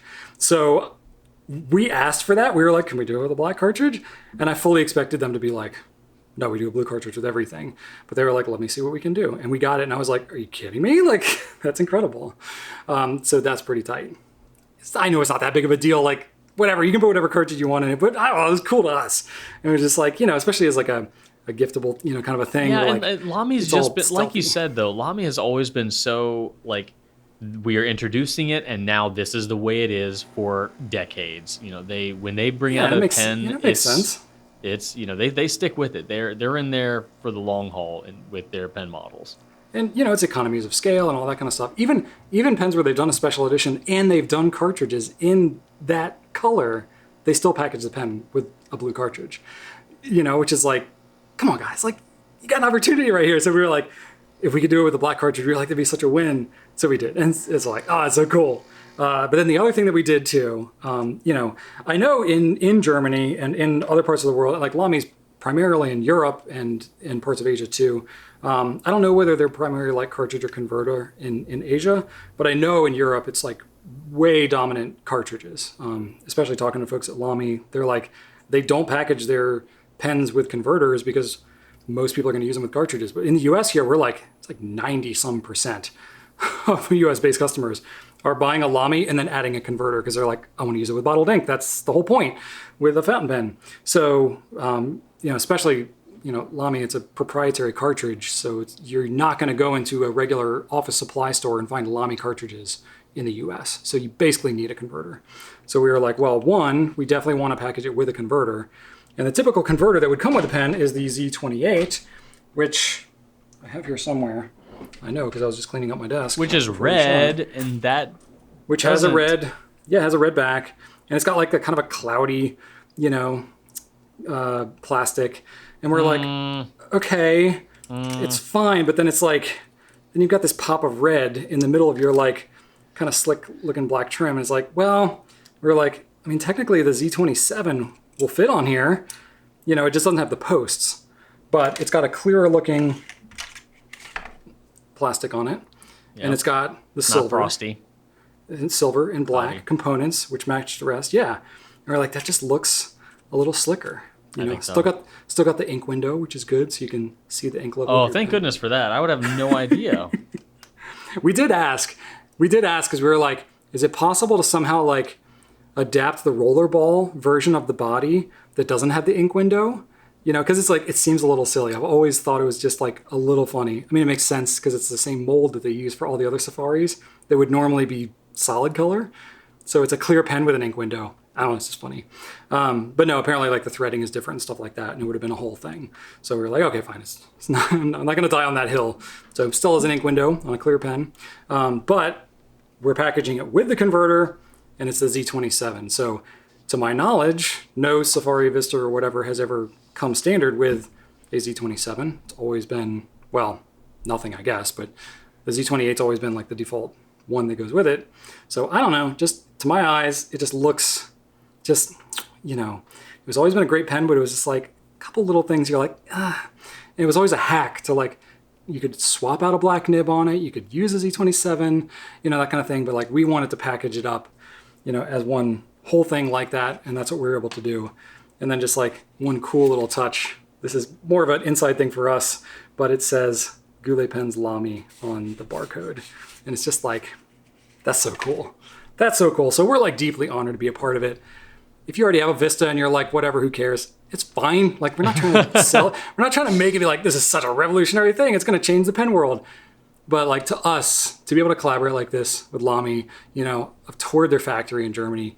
We've had a long-standing relationship with them, deeply respect what they've done in the pen world. So many of you have LAMY pens, so they're really just such an iconic brand in the pen world. For us literally to have our name on anything with them is an incredible honor. But then to be able to like tweak something and make it just like, gotta have that little bit of like, a little bit extra there is really cool for us. So we've got it on our website, and we also have an extra fine, medium, and broad. We did in all of those. Unfortunately, we asked about doing a black stub nib, like a black 1.1. We were like, that would be amazing. Could we please do that? It wasn't practical. So that's fine. If you want to put a stub nib on it, you got to get it separately, and then it's going to be silver. That's how it's always been. And we couldn't win that one either, but we did at least make every black nib that is available an option on this pen. So you can check those out. We have it for, what is the price that we settled on? It's right around $35. We've been talking about the price. I literally can't remember. It's like, $34.40 or something like that. $34.90, somewhere around there, around $35. So, it's basically a little bit less than if you were to buy a separate Vista and converter. We wanted to make it just a little bit less expensive and package both together. But there you go. That's our Vista Black.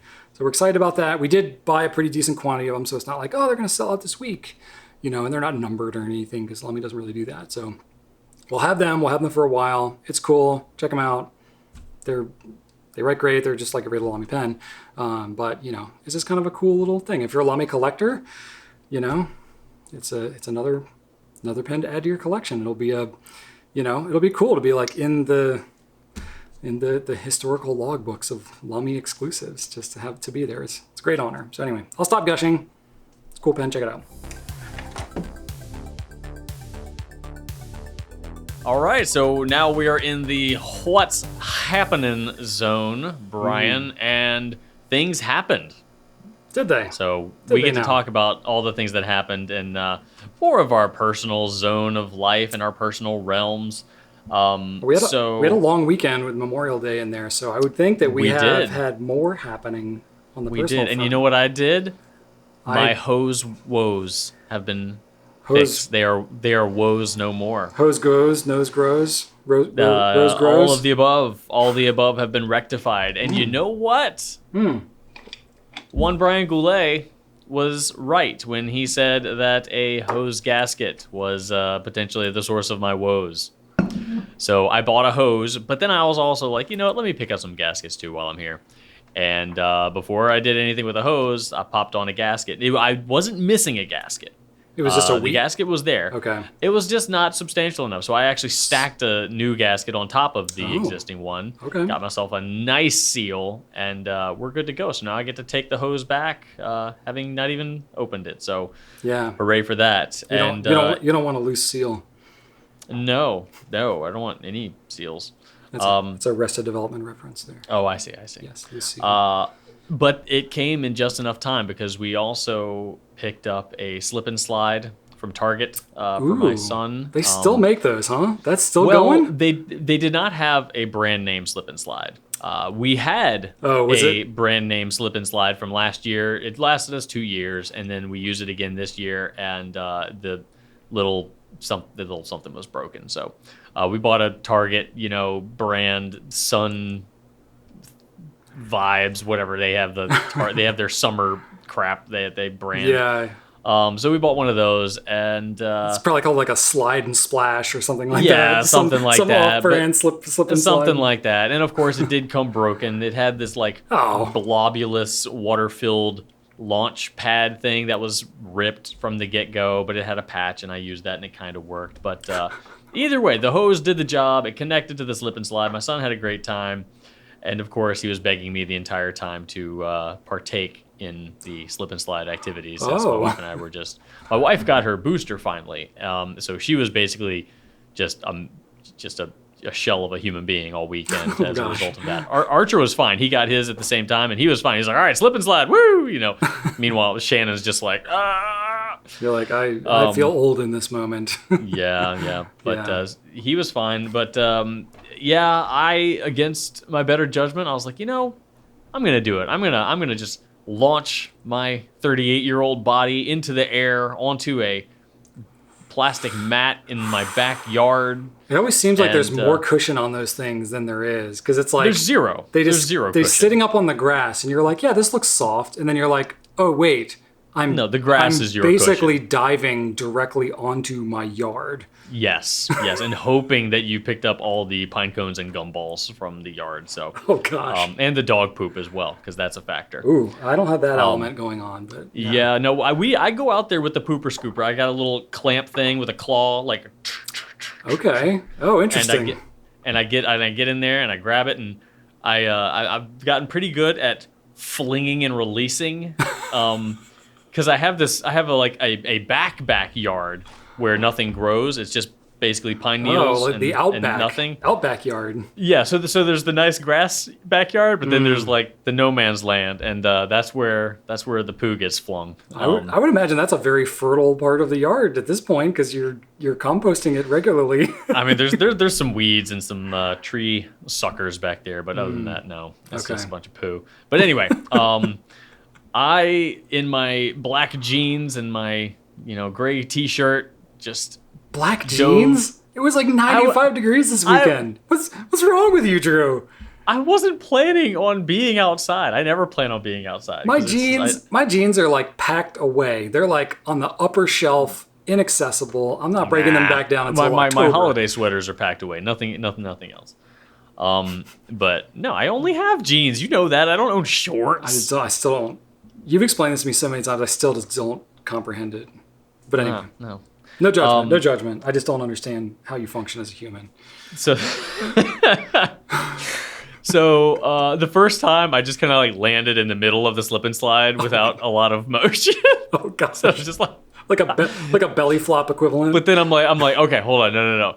There was one side with like weak sprayers and one side with like strong sprayers. I'm like, I need to launch on the more lubricated side. So, I did it again, and I was fine. Did a couple more times, and I got to the point where I was coasting and propelling myself past the pool at the edge, and just there was a lot of momentum, just considering my mass, and I was recollecting why it said ages 4 to 12 or something like that, and like why what it's not about a older than 12-year-old damaging this thing in any way. I think it's a safety concern. Like, but damaging themselves.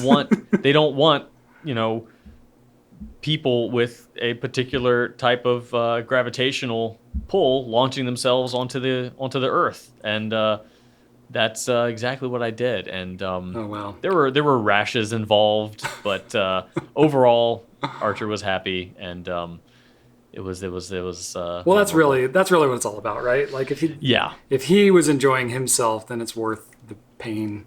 Now this will be until he has kids of his own, and he's complaining about them wanting to do slip and slide, and I say, I did it with you, and he's like, no, you didn't. If he doesn't remember that, that's when I'm going to be very upset. So time will tell. Time will tell. And that day, despite him having his booster shot and potentially, feeling effects, no, he did not feel effects. There was slip and slide in the morning, and then that day, he attended a birthday event at the trampoline park over on Brook Road. Oh, yeah. So we went over there, and, that nice sock smell wafting in the air as soon as you open the doors to that place. It's just 100% sweaty kids inside that place. Oh, it was pungent. Man, that's like two activities that will make you feel your age instantly, back to back. Oh, I did not jump. That was not that day. No, sir. They did all the jumping, and he does not get tired ever. So he did that, and on our way, in true form, and I know you've probably been here before, Brian, and I know a lot of parents have. On our way to this kid's birthday party, we needed to go by Target to pick up a gift for this kid because, absolutely, Lord knows we didn't get it. There was no foresight, there was no planning, and I didn't have my wife with me because she felt crappy, so she's at home. And go to Target. All right, what does he like? I don't know, Nerf guns. He likes Fortnite, so we got him a Fortnite Nerf gun. There you go. And we, in leaving, noticed an aisle full of Nerf guns. Just 2 Nerf guns, Brian. There was a Triceratops Nerf gun, and then this other massive blaster thing that held 12 shots in a drum clip, And they were half off. So one was $12.50 and one was $9.99. Okay. Right? So previously we're in the Nerf aisle and I'm doing the thing like, Archer, we're not getting you anything. This is about your friend. This is not about you. And then we were just chinsing out on the gift for the other kid. Be like, you can take a $9 Nerf gun. No. We already got him the stuff. Okay. But then I see these. I'm like, oh, this is pretty cool. Nerf guns are not cheap. But these are big honking guns for not a lot of money. And I was like, all right, Archer. Man, he's the perfect age for that too. If you want to use your money to get this one, you can, just because it's a deal, I'll allow it. Normally, though, if we're going shopping for somebody else, you're not getting anything because it's not about you. But of course, I'm eating my words because I see a deal, right? And so he gets the Triceratops gun, and I'm looking at that other, it looks kind of like a grenade launcher because it's got the double thing. It just goes choo choo. And I'm like, well, he has a bunch of Nerf guns, and he always wants to have Nerf battles, and he always gives me the crappy one that he doesn't want. I'm like, I don't know. $13.50. Actually, I think it was $12.50. I was like, this could be my equalizer. So I picked that one. You got it? I picked that one up for me. Yeah. Oh my gosh. That's awesome. So we got 3 Nerf guns, 2 for us, 1 for the kid. Nice. And of course, I picked up a bag to put the gift in, forgot a card. So right now, I don't know if the kid knows who this gift came from because there was no label on it. And if my wife was there, she would have had that together. But despite someone working at a pen company, I get in the car and there's nary a pen to be found. So I couldn't even write his name on the bag. So I was just like, tell him it's from you at some point later. I don't know. So extremely lazy gift giving adventure for me, but and also true to form, he had a blast at the trampoline park, but then he totally pulled a Drew when he got into little small room with all the kids just screaming around pizza and cake, one of those little side rooms. Oh, and they're so sweaty because they've been jumping around for an hour. He gets off of the table with all the other kids, comes and sits next to me where I'm off on the side, and he just sits on the thing and puts his head down, like covers his ears. Oh Like, gosh. he did not want to be there at all. I'm like, and I know that he's feeling anxious because I feel the same way in large, hectic groups. I can't deal with that. And I haven't introduced him to the word anxiety or panic because it's hard to explain, and but we're gonna have to get there He's because getting to that age where he could probably he definitely feels that way when he gets in a very high stimulus environment. He shuts down, and that's me. That's 100% me. Which is so funny because people that don't know you as well would think that you're just like bouncing off the walls all the time. No, I mean, I small groups, absolutely. I love being a part of like 4 people, and chatting over dinner where there's like 2 booths. That is a great social activity for me. Any more than that though, and no, I will find a dark corner and hope that no one talks to me, or one person. I don't know. That's fine, but visit me in my dark corner. I don't want to go into the hub of activity. That's horrifying. But I like the food table at a party. I just hang out by the food table. And I just snack. Hi, Rachel. Just snack hard. Oh, yep, there's Rachel.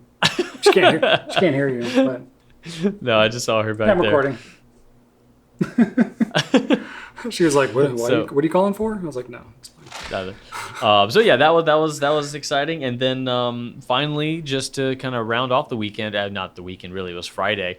But I don't know if you know about this, but the Obi-Wan Kenobi series premiered on Disney Plus, Brian, and I was pretty excited about that. Got to watch that. Star Wars, right? It is Star Wars. Yes, good job. I'm just kidding. I know Obi-Wan Kenobi. Oh, okay, all right. But I did not. I did not know that there was a series about. Yes, for the first time in quite a many years, you have Ewan McGregor revisiting the role of Obi-Wan. Okay, all right. So yeah. Pretty exciting. I enjoyed it. I was very happy to watch that. And nice. I got to watch it I watched it Saturday because that was when Shannon and Archer went to get their shots. And it was quiet. I just kind of zoned out, had my cup of coffee, just watched something in silence. That's your happy place. Oh, it absolutely was. I even did the carafe of coffee with a mug and a little container of half and half, so I could just have my whole coffee. Oh my gosh, that's a lot of coffee. Unit. Well, I mean, there's 2 episodes, Brian. It was a 2-episode premiere, so I mean, can't just have probably about 1.5 cups per episode for sure. Wow. Okay. Yeah. So it was a delightful weekend. How was yours? Mine was good. We've been trying to visit with Rachel's parents since January, and every time that we've tried to get together, there's been illness and you name it, every complication that you could dream up. So literally after like 3 or I think this was the 4th time that we planned getting together, we finally were actually able to get together. So her parents came down. They live about 2 hours north of us. So they came down. Traffic was awful because it was Memorial Day weekend, but they stayed actually through Tuesday morning, so they avoided at least the traffic going back. But coming down, it was pretty awful. But it was fun. Like, we got to hang out with them, and we did all kinds of board games and stuff with the kids, and played Uno and Scattergories and Telestrations and stuff like that. Lots of crafts. Ellie loves doing crafts and painting and stuff like that.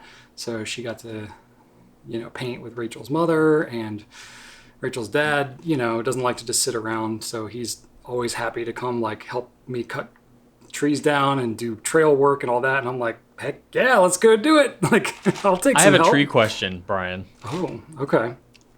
So I was watching Instagram or TikTok video or something like that with somebody cutting some logs. Oh boy. And they're cutting it wrong probably, but go ahead.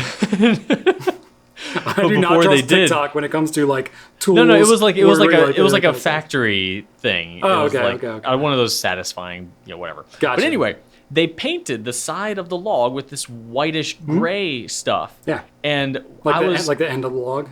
Right, and I saw that at your domicile. Yep. Just today as I was leaving. Yeah. And I was like, oh, Brian does that too. What is that? And why does it exist? So it's you can buy special stuff called end grain sealer, or you can just literally use latex paint. That's what I have old paint from, whatever previous residences, that you why am I taking this with me? So it's just regular paint? It's just paint. Yeah, just paint.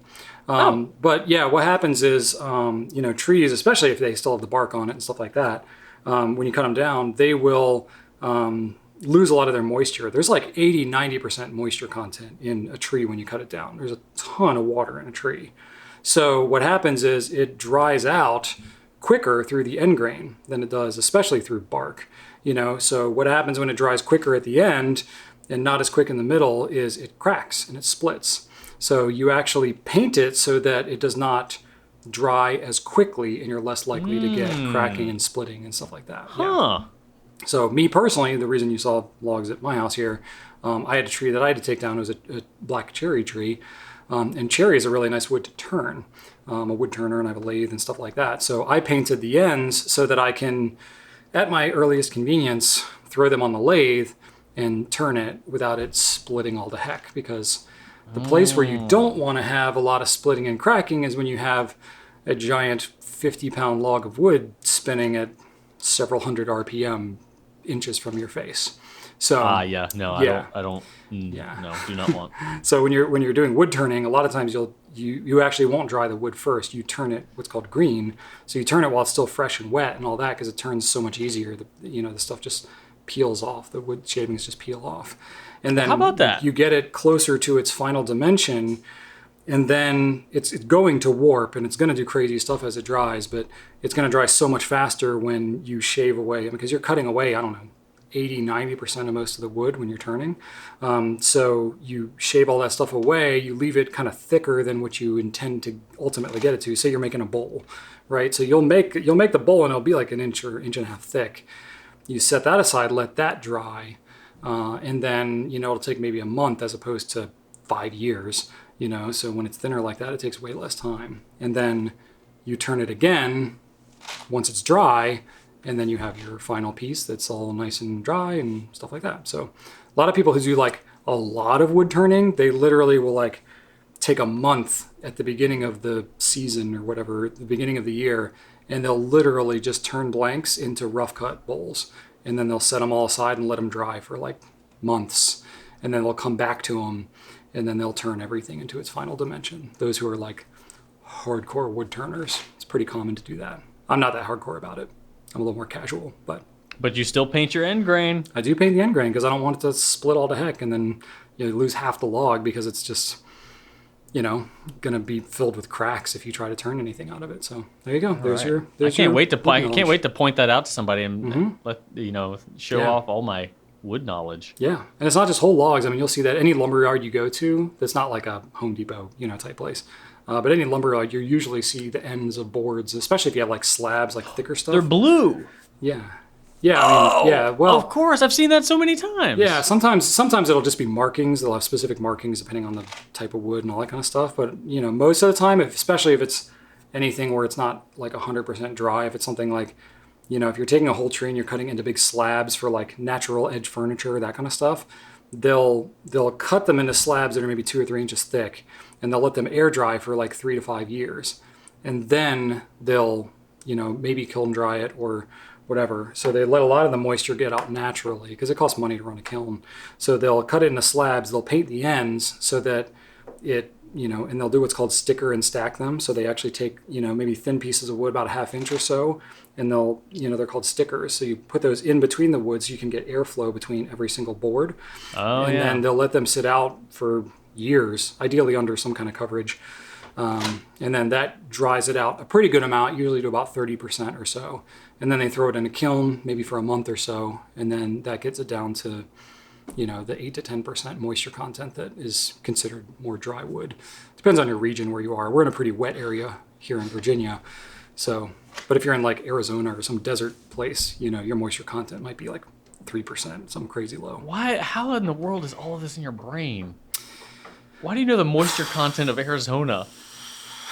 Well, I mean, podcasts. There's podcasts and videos. Never and mind. That's not an actual question. This already went a little bit too far. It's funny you bring this up because there's somebody called the Wood Whisperer. So they have been podcasting since 2007. Whoa. They've done like 500 episodes. But the guy's name is Mark Spagnolo. He looks and sounds almost exactly like Brian Gray from Edison Pens. It's like eerie. And Brian Gray's also a woodworker too, so it's really kind of funny. I feel like I'm like channeling Brian Gray as I'm listening to this other guy. But anyway, he used to live in Arizona, so he talked a lot about the Arizona climate. Okay. Yeah. Wow, you actually had an answer for that. I do, yeah, legitimately. Okay. But I've listened to all of his episodes of wood. I mean, that was my binge thing. Was listening to the Wood Whisperer podcast when the pandemic first hit. It was like, okay, just as I'm like, whatever, mowing the lawn, all these kind of things, I'm just going to listen to woodworking podcasts. And I listened to all of them. Since 2007. 2007. That's a long time. That was like, literally like episode like 75 or something. They were like, yeah, there's this new thing called Twitter. And we're going to be twittering and all this kind of stuff. Like tweeting wasn't even established as a term and all that. And I was like, wow, I remember those times. It's so funny. Wow. They were, they talked about doing like Ustream videos like we used to do, and it was like, oh my gosh. Oh yeah, that's a throwback. Justin.tv. That's right. Anyway. You also have on here about trails, and yeah, I was only there for like 2 seconds dropping off something, but I did drive by and I saw off on the side like not only like a cool like log bridge, and then like an actual like really nice looking bridge. Yeah, I built that. That looks really rad, man. Thank you. Looks good. I've seen pictures, but this is the first time I ever saw it for real. I'm like, I want to walk back there. Yeah. I'm just gonna come over one day without telling you, and you see my car, I'd be like, all right, Drew's just walking in the woods. That'd be cool. There's a lot in there. Like I've been working on these trails now for over a year and a half, and originally it was just like, I guess I'll cut some trails. It'd be kind of nice to walk through the woods, but Rachel's parents love the trails. Her mother's a painter. She has taken pictures of the trails and painted, pictures of our trails and stuff like that. And I'm like, well, okay, and it's good therapy for me. Like that's honestly mostly why I do it. Is it's just very, there's a lot of stresses running your own business and the family and COVID and all these things. So I'm literally I'll be like all stressed out at the end of the day just because of the weight of everything.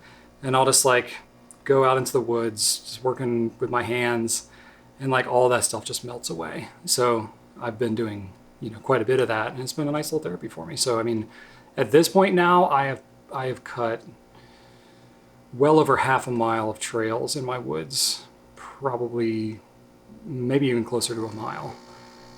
Wow. And all of that exists so that you don't have a mental breakdown. More or less, yeah. So but you're out there I'll go looking all serene, yeah. This is so beautiful. And you know what? If this didn't exist, Brian's brain would have melted. Yeah, you can look back there and be like, wow, Brian really had some stuff he needed to work out. Like, there's a lot of trails. But yeah, I mean, my father-in-law and I, we cut almost 700 feet of trails this weekend, over the Memorial weekend. I mean, it's rough cut. It's not like super polished and stuff. And a lot of it is like there's big trees and stuff like that. We're not cutting down all these big trees. We're like basically like cutting through the brush and scraping up the loam and all that kind of stuff. Like we're weaving. It's a very natural style of trail. I don't want you to think I'm like destroying the environment or anything like that. I'm really not doing that much to disturb the land because I'm pretty sensitive to that. But, really making just like an actual walking path that's not, because there's a lot of briars and other junk in our woods. So just cutting all that stuff away so you can walk through nicely. And yeah, the family really enjoys it. And it's a nice little, I'll mountain bike and I'll run and all stuff like that on the trail. So it's just nice, especially in COVID times, to have that option. Very, very fortunate for that. So yeah, so done that, lots of time outside. So just sweating like crazy. I wear pants and long sleeves as I do it because there's all kinds of creatures and stuff. I did put on the bee suit at one point because my father-in-law did get stung by something. We don't know what. It was just one sting, so I was like, it's probably a freaking yellow jacket, but I didn't see it. He wasn't even in sight of me when it happened, but he wasn't like... So you were hunting, you were like on the prowl for yellow jackets. Well, we like stopped where he was working and didn't come back to it, and I was like, okay, next time I go, because it was like, we had done like up to that point from both directions, and there's that one section near where he got stung where it was like, okay, I need to be able to connect these trails, but like he just got stung here yesterday, so it's like, I'm going to throw on the bee suit and I'm going to go work in there just because in case I disturb anything, like they can do whatever and I won't be worried about it. But Drew, it was like 95 degrees, and I'm out there in this like full bee suit, and I was so. I mean, I literally sweat through my leather gloves. That's how sweaty I was. It was.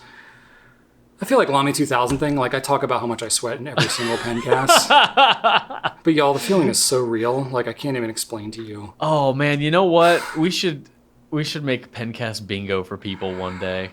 Oh gosh, Lamy 2000 would be Lamy 2000 would be like the free square. That would be the free square in the center. Middle. Yeah, like that Drew and Brian are gonna say Brian something sweating, about 2000. Drew wearing pants. What else would be on there? I don't know. Well, no, it'd be about like things we talk about during the Pencast. Yeah. Yeah. That'd be interesting. That would be interesting for sure. Yeah. So anyway, that was really cool, and it was nice because I've been trying to cut like this one loop around my property, and I mean literally it's been 8 months or something I've been working, and I finally completed the loop, at least in a rough cut form. So I now have a whole loop that I can run around the woods, and which is pretty cool. And yeah, it's just really just amazingly peaceful in the woods. I don't know. I love the woods. I love trees. It's very natural. Nice. Always have, always will. Yeah, and then my last thing, kind of on a personal note, is I got my TIG welder because I kind of talked about that.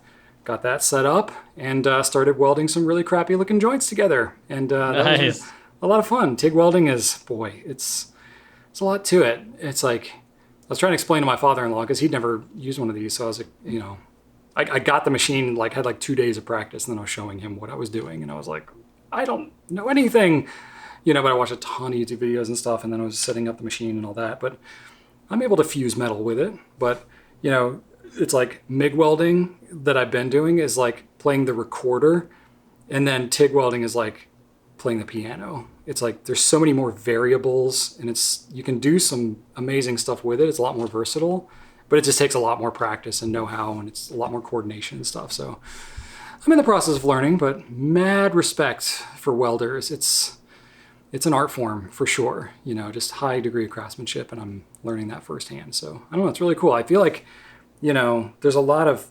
dexterity involved that if you do any kind of woodworking or, I mean, Drew, because you've worked with electronics and done soldering and stuff like that. It's not, it's some of the same principles. You have to, a lot of different elements. You have to have like some fine motor skills, and especially like nib working, that type of stuff. Like it takes a lot of experience and practice and concentration, stuff like that.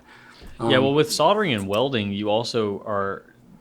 you have to kind of predict where these, like you're not working with like nails and screws where if I hit it this way, I know it's going to go straight. You're working with a galvanization. I don't know if I'm using the right word, but you're kind of instantly liquefying and solidifying something very, very quickly, and you have to kind of predict where that thing is going to solidify. Yeah. And so it's weird. You also need to kind of have that insight to know where things are going to land and where it's going to fall and where it's going to move to and what it's going to stick to. Yeah. And there's all these different components to the equipment and the materials, and there's numbering systems that you're like, it looks like a bunch of gibberish. I don't know what any of this means. It's like, it reminds me constantly, anytime I get into some new thing like this, it reminds me of what it's like to be a newbie in the fountain pen world. And you're just like, what is this brand? Who are these? Like, what is this material? I don't even know. Is this good? You're like, I need somebody to break this down for me. It's all so complicated. And I'm like, yeah, okay. So I used to get more frustrated with new things like this because I was like, I hate just like feeling ignorant, and it's like, it's like, I know I would have the capability to do this better, but I'm just like, I'm held back by my own ignorance, and that's part of what drives me to like dive into some of this stuff. But I don't know, maybe it's just, I've done so much of this stuff now where it's like part of the learning curve is a little less steep because I've got a basis of knowledge across various things that can apply into new skills. But, some of it too is like, oh, like fountain pens and stuff. Like, yeah, it took me a couple of years to really know what I was doing. And it's going to be the same with welding. So it's like, okay, I've got time. It's okay that I'm kind of ignorant right now. And like, I go to like the welding supply store and I ask them about something and they're like, what are you talking about? And like, I don't know what I talk about. Like, I am dumb in this topic and I'm okay with that. Like, I'm comfortable enough in my own ignorance to ask somebody, even if they like, okay, newbie. I'm like, yeah, I am a newbie and that's okay. Like, I'm going to learn it and I'm going to ask the question and not be worried about looking dumb to the welding guy that, doesn't even care whether I know it or not anyway, you know? So like, I'm just Yeah, going to I ask the think question and then I'm going that's to learn it, you know? that's a big part of the equation is just knowing how to learn and not being afraid of learning and, kind of embracing that ignorance because you have the experience of knowing that that's how it always starts. Yeah. And that's what I'm And trying that's what I'm trying to like that you can get instill. there. Yeah. That's what I'm trying to instill in my kids too, because, I think it's pretty natural to like, you want to do the things that you're naturally better at and you just pick up easier. And, it's, Yep. of course that's more motivating, but like Joseph, my son, like he's doing keyboarding and he's like, he's a really smart kid, but he's not the most coordinated in the world, not unlike me.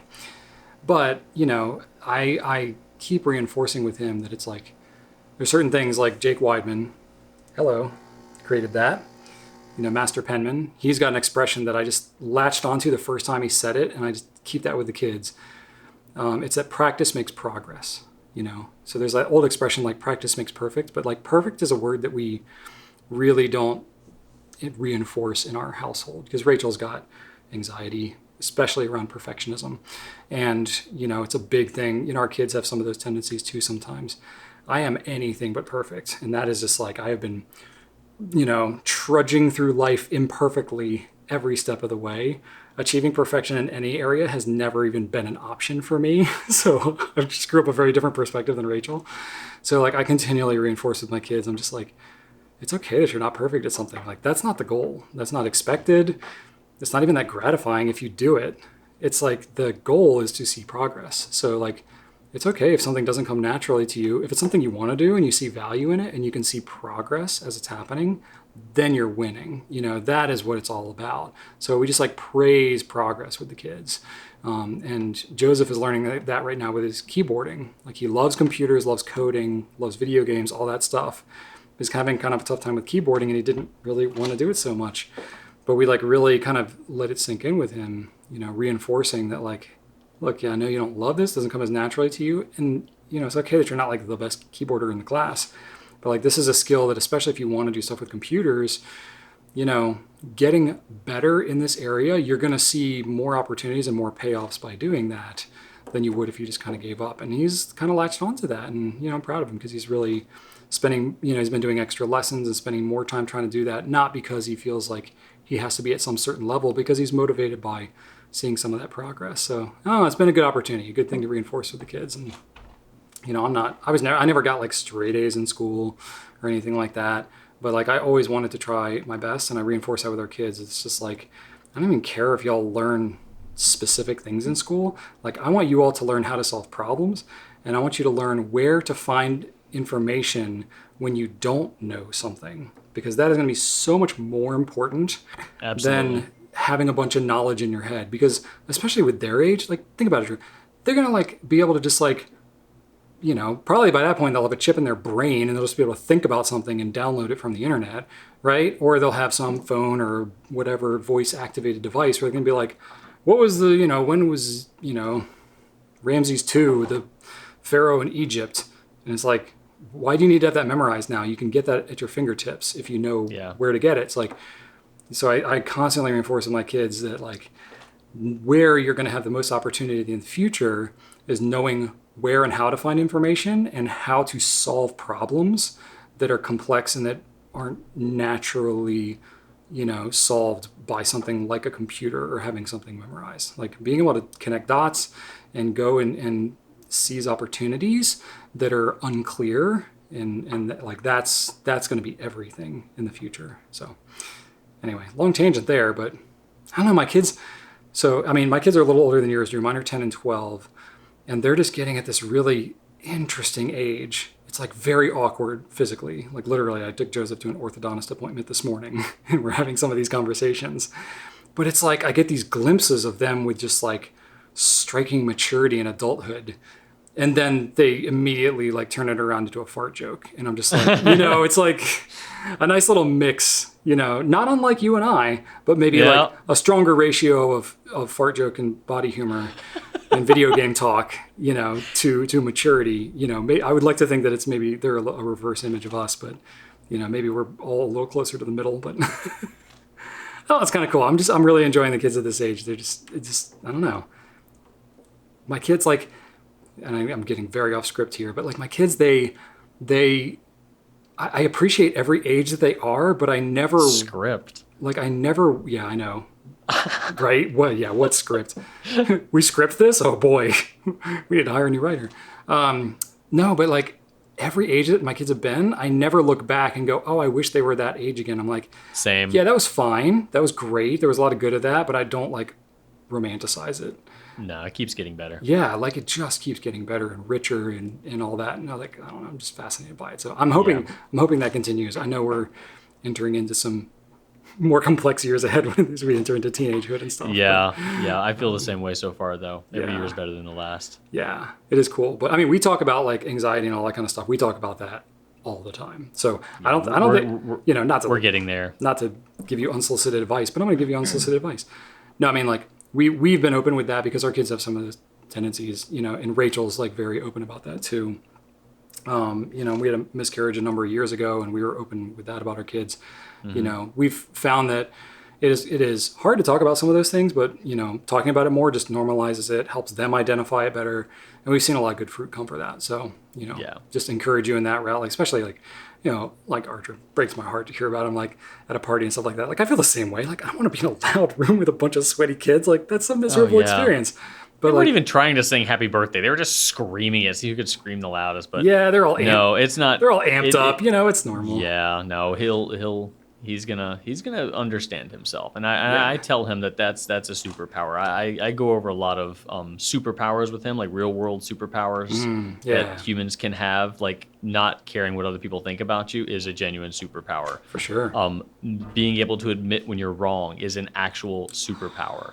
Like I have a whole list of things that I teach him that are 100% superpowers and will make your life easier than everyone else's if you have these superpowers. And being able to, you know about your own mental health is a superpower. Yeah, 100%. Vulnerability is a superpower. Yeah, that if I could write a kid's book, that's the kid's book I would write about real life superpowers. There you go. Good stuff. Woo, surprisingly deep. All right. Yeah, there we go. So we're well over 2 hours now. Oh, dang it. We were doing so good for a while there, Drew. Oh, well. We do have a company updates, and then we can wrap this thing up. All right, so just a couple of quick things to hit on here. I kind of mentioned it at the top of this, and the reason why we're doing things remotely like this is that we are back into high transmissibility at Goulet Pens. We talked about it in the personal message this week that we emailed out to everybody. If you're not an email subscriber, I highly recommend. We have a lot of cool pens and nice pictures that we send you. And every now and then we give a personal message. So yeah, basically it's not, I don't think it's really going to affect, you know, anybody's orders shipping out or that kind of stuff. Just in general, like our team's just, everybody's tired. Like everybody's got stuff going on. You know, real life, aside from all the COVID stuff, like real life has not slowed down and everybody's just in general is stressed and tired and all that kind of stuff. So we're really, really trying to give our team space, trying to give everybody time. You know, we have a really good team, but things are a little slower for us right now. And just in a lot of e-commerce and retail and stuff in general, you know, there's a lot of uncertainty in the world in terms of whatever conflicts among various parts of the world and shipping and logistic issues and all kinds of uncertainty economically. So, you know, people are stressed out about stuff in general. So we're really trying to support everybody, cover for each other. And we got such a tight team. I'm just really proud of everybody. And we really try to cover for each other. And that's largely worked very, very well. Like we've had very minimal impact for how much we are actually disrupted from doing what we try to do every day at Goulet Pens. Y'all would be amazed if you learn the details of just how much gets screwed up every single day just because of completely unforeseeable stuff. You know, the fact that we're able to keep things going consistently is kind of remarkable. So I don't anticipate that this higher transmissibility thing is going to disrupt too much, but if it does, we'll let y'all know. We'll put stuff up on the website or email it out or talk about it here or whatever. But just in general, like, you know, people are going through some stuff. But everybody's in good spirits. We're covering things. We're excited about, you know, the plans that we have and the products that we're launching. So don't anticipate anything too disrupted there other than remote pencasts, and hopefully I'll get my act together on the technical side so that it's a little smoother. We also have the Raleigh Pen Show this weekend. I know Drew, you attended last year. It's a small show. We're not doing it. We're not selling at the show or whatever. You're literally just attending as an attendee. But, you know, we're in the business, so to speak. So a lot of vendors and stuff that are there and other people that are there, we know them. So it's always fun to get to see them. So we were originally kind of planning like a little trip there with our photographers to get them to see like pen people in real life. Had some conflicts and stuff. I'm not sure if I'm going to go even still. We're recording this on Wednesday. I don't know. We're going to see because there's been a lot of illnesses and a lot of stuff. Rachel's, I don't know how she's going to be with me going and stuff like that too. And just with COVID stuff. I don't know. So we'll see. So I think Drew's going to plan to go either way. I might be there. I'm definitely going, yeah. Yeah, I don't know how many people listening to this would even plan to go. Don't change your life plans based on us going there or not. But if you happen to be there, say hi to Drew and maybe me. But we'll see. I don't know. The way things are going this week, I'm not optimistic, but yeah, we'll see. And then something else that I am kind of excited about. So, you know, it's kind of been a while. People talk about some of our videos and stuff. Drew does a great job. He helps cover a lot. My time is just split. I'm trying to cover for all the things, family, company, all that kind of stuff. It's tough for me to do like the old style videos that I used to do. I mean, it takes probably 10 hours to plan and record and do the B-roll and all that stuff, you know, per video. It's a lot of time on top of everything else. And it's just not as easy for me to make that time anymore, but I have done that with a video that's going to be coming out soon. It was supposed to be out today, but I missed my deadline, so probably next week, we'll see. But it's a sailor nib video. And this is like a video that I plan to make basically ever since we launched the brand. I mean, literally, it was like part 2 of the video that we did that I just never actually completed. So I literally just like break down all the standard sailor nibs, not all the crazy stuff that they have, but the standard sailor nibs. They have 7 different nib sizes, 3 different, you know, the 14K, the 21K, the 2 different sizes of the 21K, all that. I break all that down and show you like some pretty detailed writing. We figured out a way to like get some closer up like macro shots of the actual writing. You can see the ink like pooling and stuff. It's really cool. So I'm pretty excited about that one. We're gonna be coming out with them probably next week or so. It was a lot of time, but I want to give you a little bit of a heads up because I would love some feedback when the video comes out because I could foresee doing some other videos with things like, you know, Pilot and Pelican and other ones where there's like a lot of different nibs. You know, we can even go cross brand if we wanted to do some comparisons and stuff. Just feels good. It's like everything that people have wanted, like longer Rambling Brian videos, you know, very detailed writing shots, just like really focusing on how the pens write, super educational stuff. Like that's what this video is going to be. So I haven't put this much into one specific video in quite a while. So I'd love feedback when it does come out because, you know, I could foresee doing like maybe one of these a month or something like that. Like not trying to overcommit myself, but doing, you know, maybe a little less of some of the light. I don't know what I'm talking about, but maybe putting more into some of these bigger videos that come out less often if they really are of value. But it's always hard to tell because YouTube changes their algorithm all the time. You never know what video is going to get promoted and all that kind of stuff. But we're not going to stop doing Pencast. We'll keep that going. So that's it. Enough of the Brian rambling. All right. All right, now let's wrap this thing up. All right, folks, so I just want to thank you all for watching. Please leave us some feedback. Let us know in the comments how we're doing. Ask us some questions. Give us some ideas for tips or pens that you want us to see spotlighted, whatever. Check out gouletpens.com for all your fountain pen ink, paper, sealing wax, ink, syringe needs. Like and comment, YouTube, all that kind of stuff. And you can email us at pencast@gouletpens.com if you are an audio listener and you wanted to still reach out to us. And I have a fun fact, a truly random fun fact for this week. So our feet are enormously complex parts of the human body. Each foot contains 26 bones, as well as 33 joints and 19 muscles. But many of these bones remain cartilage through a person's childhood, slowly ossifying into bone as the years goes on. According to the Ontario Society of Chiropodists, that's what it is, chiropodists, all of the bones in the foot don't completely harden until a person is about 21 years old. So yeah, your foot is mostly like cartilage and stuff the whole childhood, and then yeah, you don't really actually have all your foot bones until you're full-blown adult. Never knew that. I knew feet were complex and they had a lot of bones in them. Didn't know that about the hardening thing. No, I did not know that either. Isn't that weird? Well, there you go. Very cool. You can drink alcohol and rest assured that your feet are fully developed at 21. Congratulations. There you go. Have a foot party. A foot drinking party. What are we talking about? I don't know. This is the turkey hammock zone. We're in the hammock right now. Anyway, Yep. thank you all so Foot much for party. watching. It was great to see you. We'll catch you on the next one. Thanks for watching and right on.